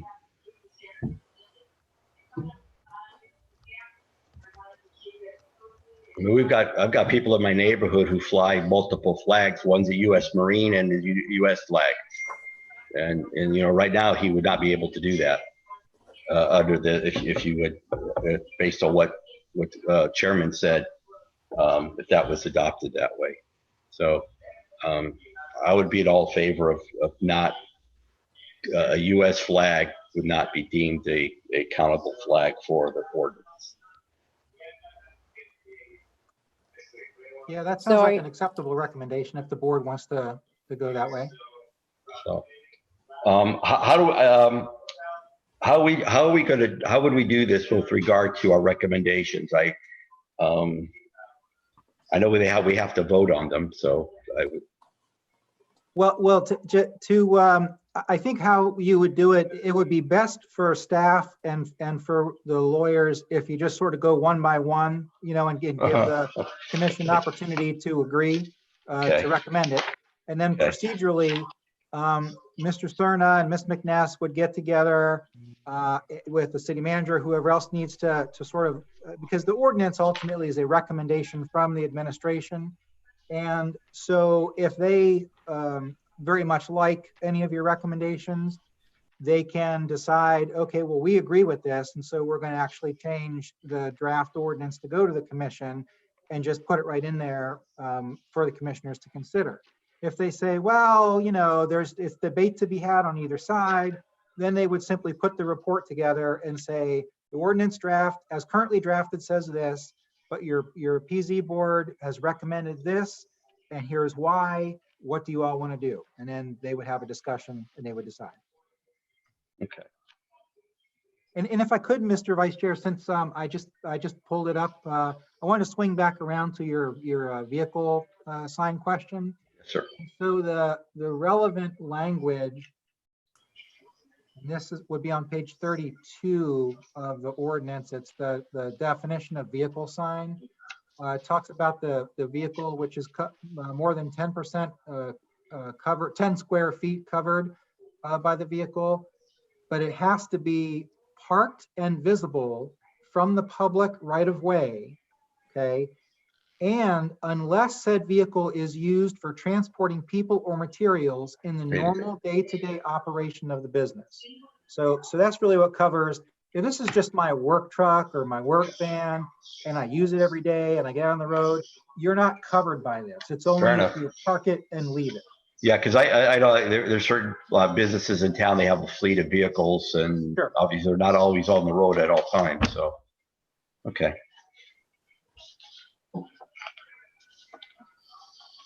Okay, and just going back again, umbrella signs, if somebody has an advertisement on their outside dining with an umbrella, that is deemed a sign, or did we take that off? Yeah, we discussed that before you came on, but under the current draft, they are prohibited. Under the existing code, they're not addressed. So those are basically the options, I guess, the Planning and Zoning Board has, is to keep them as not addressed, where people just put them up, or keep them as prohibited. Well, I mean, especially with things they are today, you'll see more and more outside dining, and I'd hate to hammer somebody if they spent money on an umbrella for outside dining and had, you know, their restaurant or something on that umbrella. So well, and remember, in terms of what is existing out there now, you know, either for folks that have umbrella signs now or the school that has a sign now, if it wasn't addressed or whatnot, or was allowed under the code as it currently exists, it'll be a grandfathered non-conforming use, and so no one's going to make them take it away. So just so I'm clear, so right now, if this is adopted, then umbrellas that had signage on it would be deemed would not be allowed, or you would need a permit to do so. No, if someone attempts to put a new umbrella sign that didn't already exist, then yeah, they wouldn't be allowed.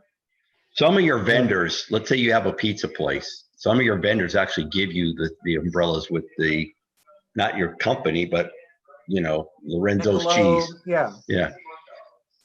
So, And what would be the situation then? Because I know if a sign falls down and is no longer usable, then you can't replace it. Would that be true of umbrella signs? If you had umbrella signs that you've always used and you had to replace them with new because they fell apart or got blown over in a storm and destroyed? That's correct. if somebody says a Budweiser on their sign, is that, I mean, I'm just want some clarity, that's all. Not that I'm, you know, try to fight to take this hill, but I just, clarity. Yeah, well, if it does have the product advertisement, it's going to be an advertising sign. It's going to be a sign, and so that's what's prohibited. You're not, as a restaurant, for instance, you're not allowed to. You're not prohibited to have you know, umbrellas with nothing on them, you know, out to cover the sun or the rain or whatnot from folks, as long as other parts of the zoning code say that's okay. It's only whenever they have advertising on it. And so really that's a policy decision. You know, as a lawyer, I see both sides. So if y'all want to recommend that commissioners just leave that alone, it's not addressed in the current code. So I think that doesn't need to be addressed at all. Okay. Okay.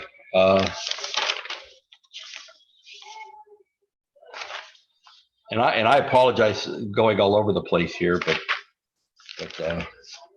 that's how my mind thinks. I guess unless anybody has any questions, I hate to be the person who's hogging up everybody's night. So.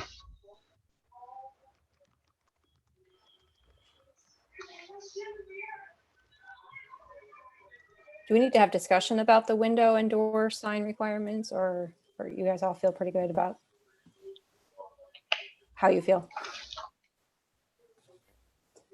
Could someone just maybe give us a quick recap of what we all feel good about at this point, or the recommendations are going to be made so that we can refresh our memory?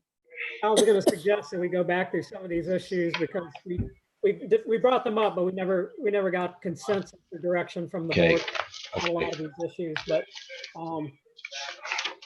I think one of the first things we talked about was the time on an abandoned sign. We wanted to change that to a longer time frame, like 180 days or something. And that's consistent with some of the other language. And that's consistent with some of the other language that's in the ordinance. Is everybody agreeable with that? Mr. Chairman, you also mentioned changing the shorter town from removal. So you were saying moving it to 180 days to be determined as abandoned, and then once they have to be removed, changing that 180 to 60. Are you still feeling both of those need to be switched? I mean, I don't care about the second time really, one way or the other. I just think it should definitely take longer to declare it abandoned. I agree. Okay, then we can just do the abandoned, which I would agree with, the 180 days.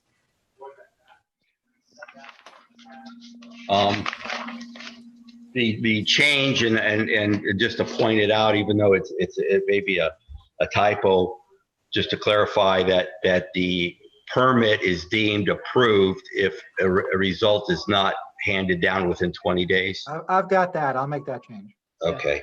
And then I don't know what the board feels, but I just assume recommend that any appeal process should go through a board of adjustment and not necessarily the city manager or a designated person by the city manager.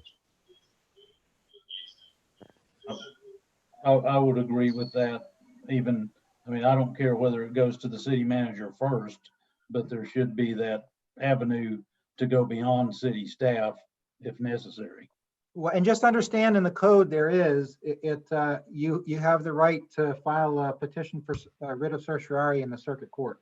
Yeah, but not, the practicality of it, that doesn't happen that often. I would imagine people just don't want to go through that type of fight, Could we write it that the applicant has the choice to go to the city manager or wait for the Board of Adjustment? That's fine. Give them an option. Yeah. So if they want to go faster, if they want to go to the city manager and go that route, they can. If they choose to wait for the Board of Adjustment. I have no problem with that. Yeah, that's fine with me. What happens if they don't like the city manager's decision? It's, you got a choice, A or B. You choose A and you don't like A, you're stuck. I mean, otherwise you just keep appealing till you still have a recourse through the circuit court.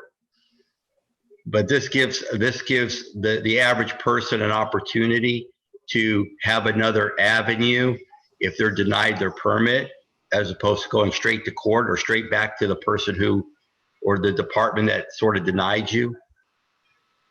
Because,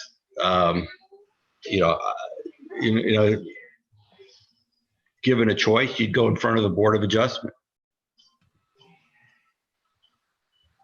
Yeah, but I like the idea of either or. You're still not precluded from taking this, depending how strong you feel, taking this to the circuit court level. Well, and that gives them an option of either getting if the Board of Adjustment meeting is way out, at least they get an appeal quickly through the city manager. They may not like the result, but then they have to go to court. Well, and keep in mind, when I made that comment about the Board of Adjustment convening, I meant for lack of a quorum. If this is the only application and it's an appeal, the board will meet. But if they don't have a quorum, then obviously you can't hear it, so. The city needs to look for people who will appear at meetings.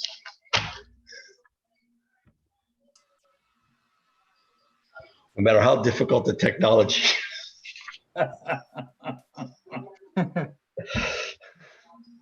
Sometimes it's easier to appear than it is to speak. Well, I was trying to log on through my office computer from home, and I realized that I'm on my office computer, but I can't hear voice or sound or can't see anything. So I ended up figuring it out an hour later. So. Another item we discussed was the A-frame sandwich board design and the suggested language to keep the professional quality, but either delete or somehow change the framed chalkboard, tackboard, or changeable copy sign to include, professionally made or something like that. Okay, so just so I'm clear, if somebody has a A-frame chalkboard sign, that wouldn't be permitted? It would be, yes. The controversial aspect of that is it was going to be a requirement that it be chalkboard. Oh, no, So we just added tackboard or changeable copy sign. Okay. And the quality. Okay. I have no issues with that.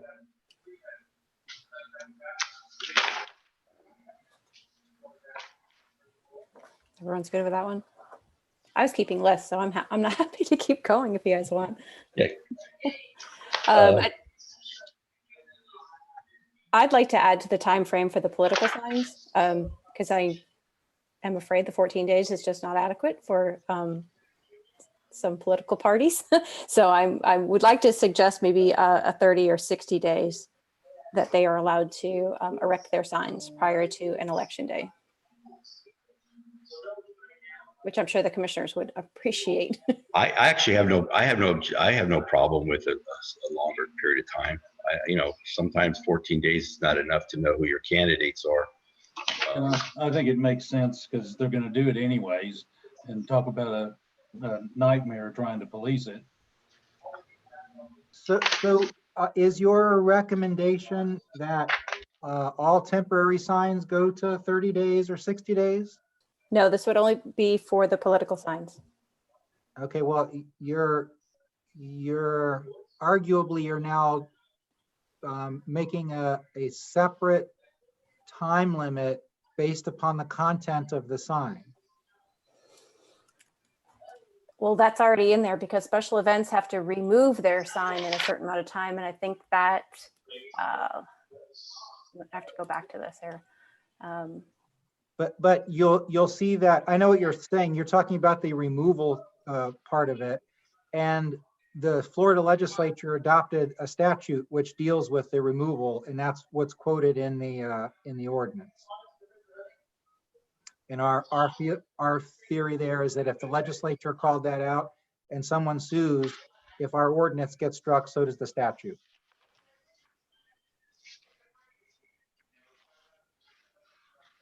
Okay, I understand.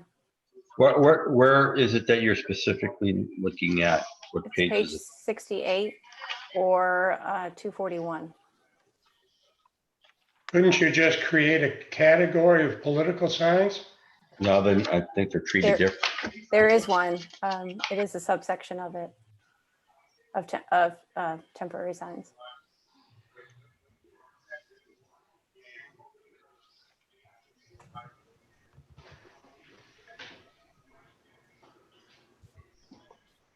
It's actually kind of vague right now with the regular event sign should be removed promptly at the event's conclusion. So that's a little vague.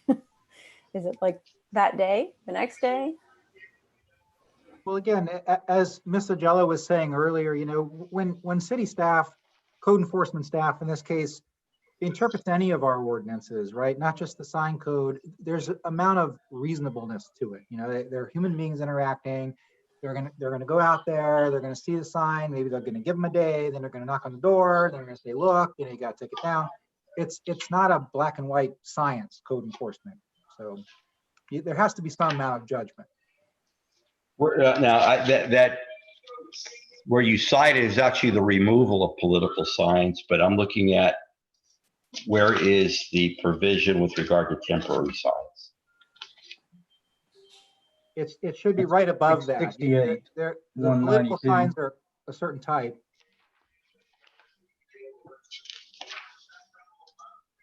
Temporary signs, okay. Basically, all temporary signs have to be treated the same as political signs, I think is. I have no objections to extending the duration for temporary signs to 14 days because, you know, the ones who will violate it the most are the ones that are going to be elected in the office. Okay,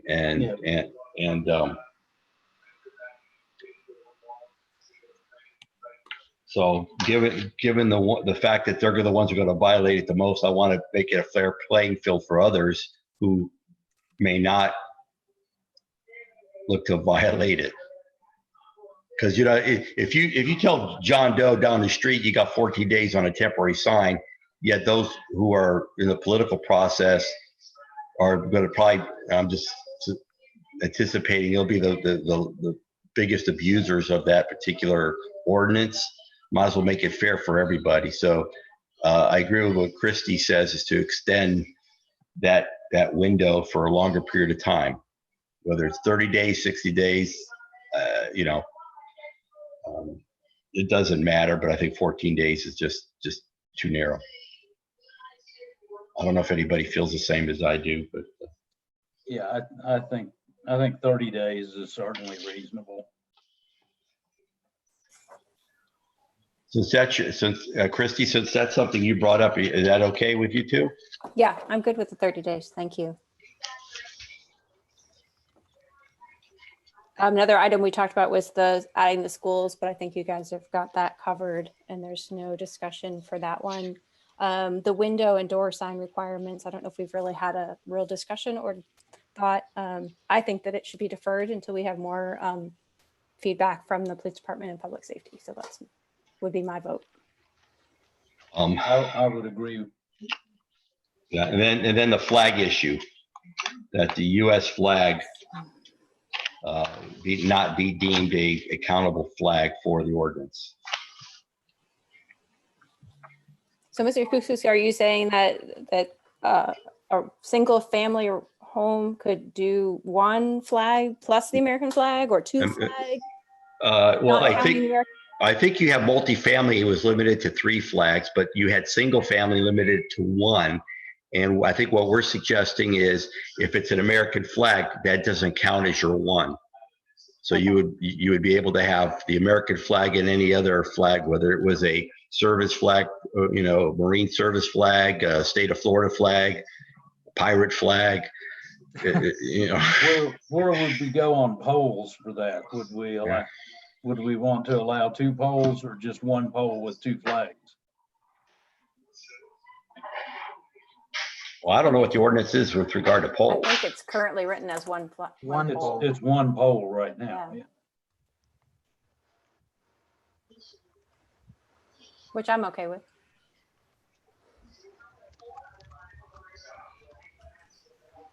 Can I ask the attorneys, how was it handled when the car dealer flew that flag that was just enormous that the city or the county at that one time was trying to cite them for flying such a flag? That was, how was that treated?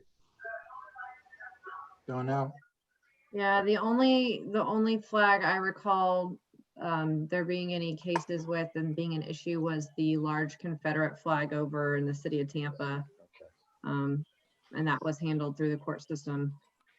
And eventually they were allowed to have it, First Amendment. I know the county at one time, there was, I can't remember what dealership had a flag that was just, you know, 5 times larger than most other American flags. And it almost, I can tell you that there are some ordinances throughout the state and even throughout the country that say, depending upon the size of the flagpole, your flag has to be proportionate to the size of the flagpole. okay, all right. There are also statutes and US code provisions that are very specific to the United States flag and proportionate to the size of the flagpole, how high it has to be hung, et cetera, et cetera. Okay, all right. That was just, had nothing to do with tonight, but I was just curious. All right. I don't know, were there any other things that you noted that we didn't talk about? I don't know if there was an agreement on the umbrella sign. Oh, yeah, I had requested that should not be in the ordinance, that leave the status quo where we don't have that in the ordinance now. That I would agree with that. I agree with that too. I'm fine with it.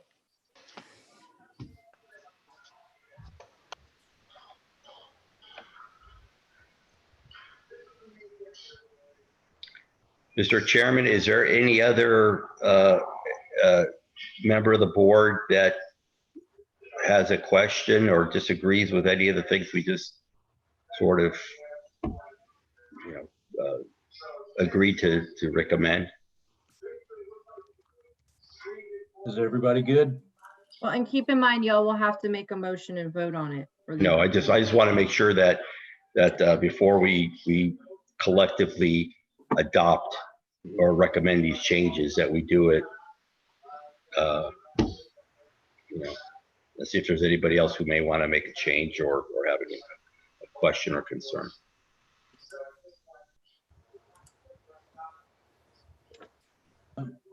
Nobody said anything, so I guess we're good to try to move forward. Okay, Mr. Chairman, and then with leave, I'd like to go ahead and make a motion. If we could please call for public comment first.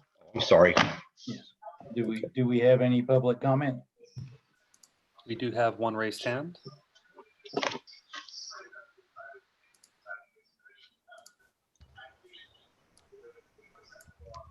Hello?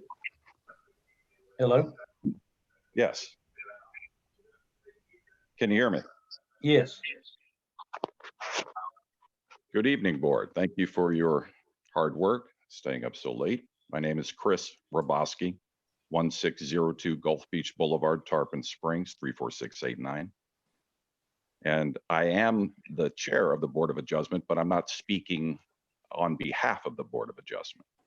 I'm speaking as an individual. I just wanted to thank Vice Chair Constitutes for bringing that up. I believe that it is the right avenue to pursue.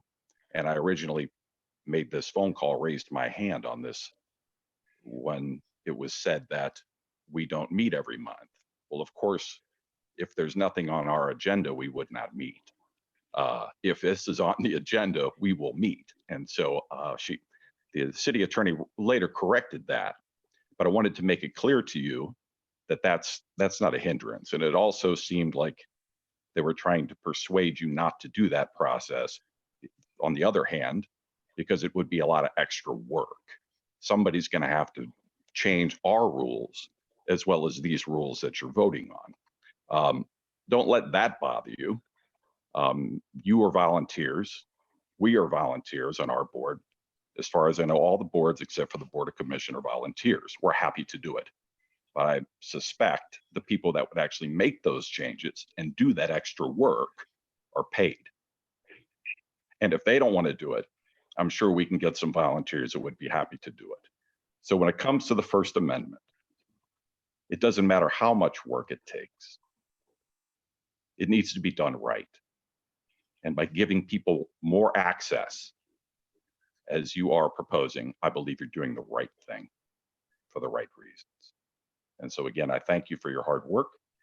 And I know for one on the Board of Adjustment, we'd be happy to take part in this procedure. Thanks again and have a good night. Thank you for your comments. Is there any other public comment? We have no other raised hands at this time. Okay. Is there any comments or questions from the board?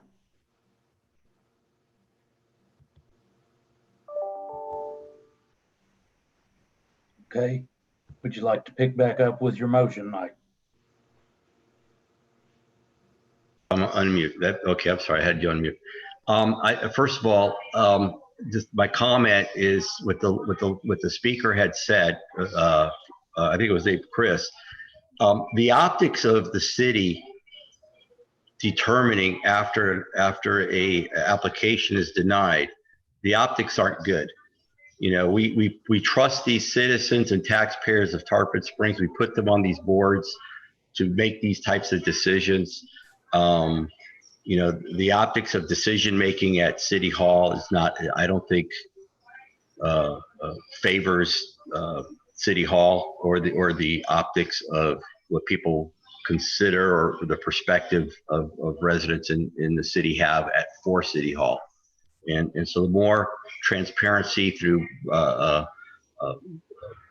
residents and taxpayers of this community to rule on things like that, I think is far better than what the provisions in the permit or the ordinance provides. So in any event, I want to go ahead and make my motion to adopt those recommendations and make those recommendations to the Board of Commissioners.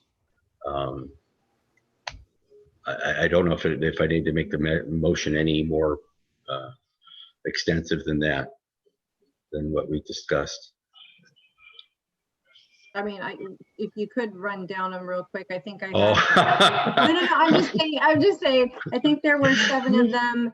The abandoned sign provision as noted on the record, any appeal of the decision of a denial as noted on the record, the A-frame sign is noted on the record, extending duration for temporary signs is noted on the record, the deferring the school sign issue is noted on the record, the American flag sign is noted on the record, and no umbrella sign is addressed and noted on the record. Yes, and making the change, just clearing it. I don't know if that has to be in form of the motion, but that 20 days would deem the ordinance. I mean, the permit would deem granted. We're going to do that because it needs to be done. That needs, yeah. But okay. Also that as noted on the record. Okay. So did we say defer on the window signs also? Yes, they did that. They said that. Okay. As noted on the record. So all those things as stated on the record are part of your motion. Is that correct, Vice Chair? That's correct. Okay. But otherwise, are you recommending approval of the rest of the ordinance? To the extent that what we request is adopted, the answer is yes. Sure, yeah. Yeah. I'll second that. All right, can I have a roll call, please? Yes. Mr. Morgan, Yes. Ms. Vihil, Yes. Mr. Stavropoulos, Yes. Mr. Betsy, Yes. Ms. McCumber, Yes. Mr. Kouskoudis, Yes. Mr. Seaman. Yes.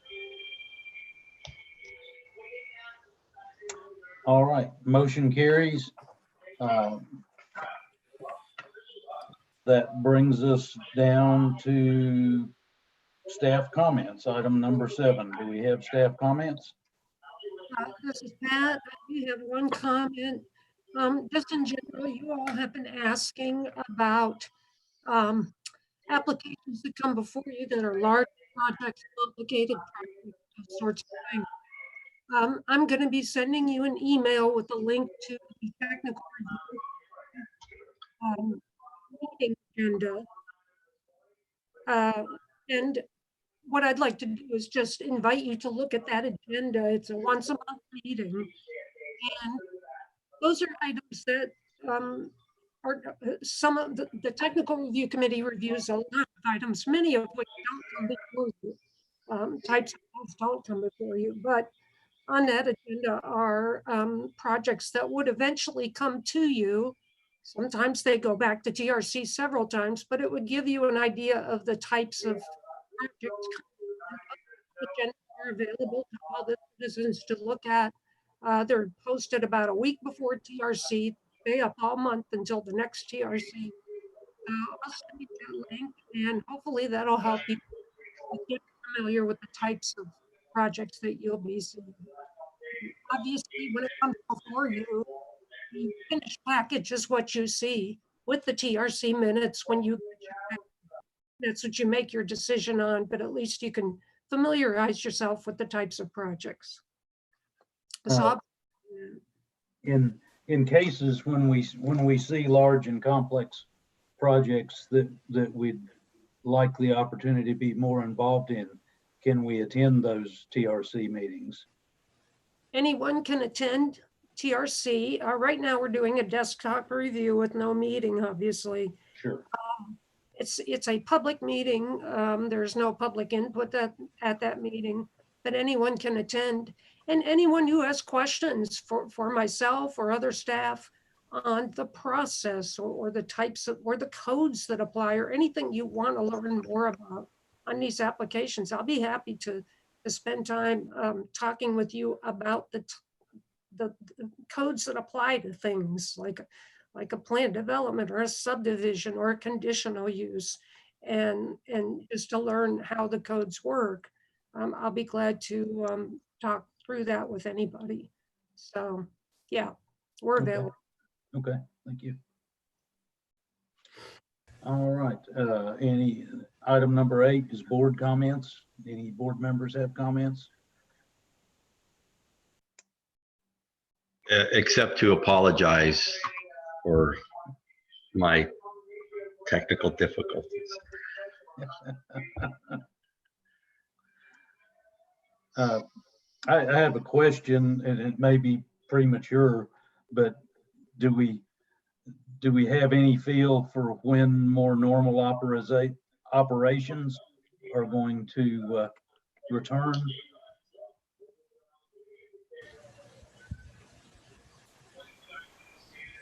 At this time, we have no specific direction from the board on when we'll return to the normal meetings. All right, just curious. Guess that brings us down to adjournment. Do I have a motion to adjourn? Motion to adjourn. Second. All in favor? Aye. Aye. Opposed? Imagine that. We're out of here, guys. Have a good night. Good night. Good night. Night. Good night. Right.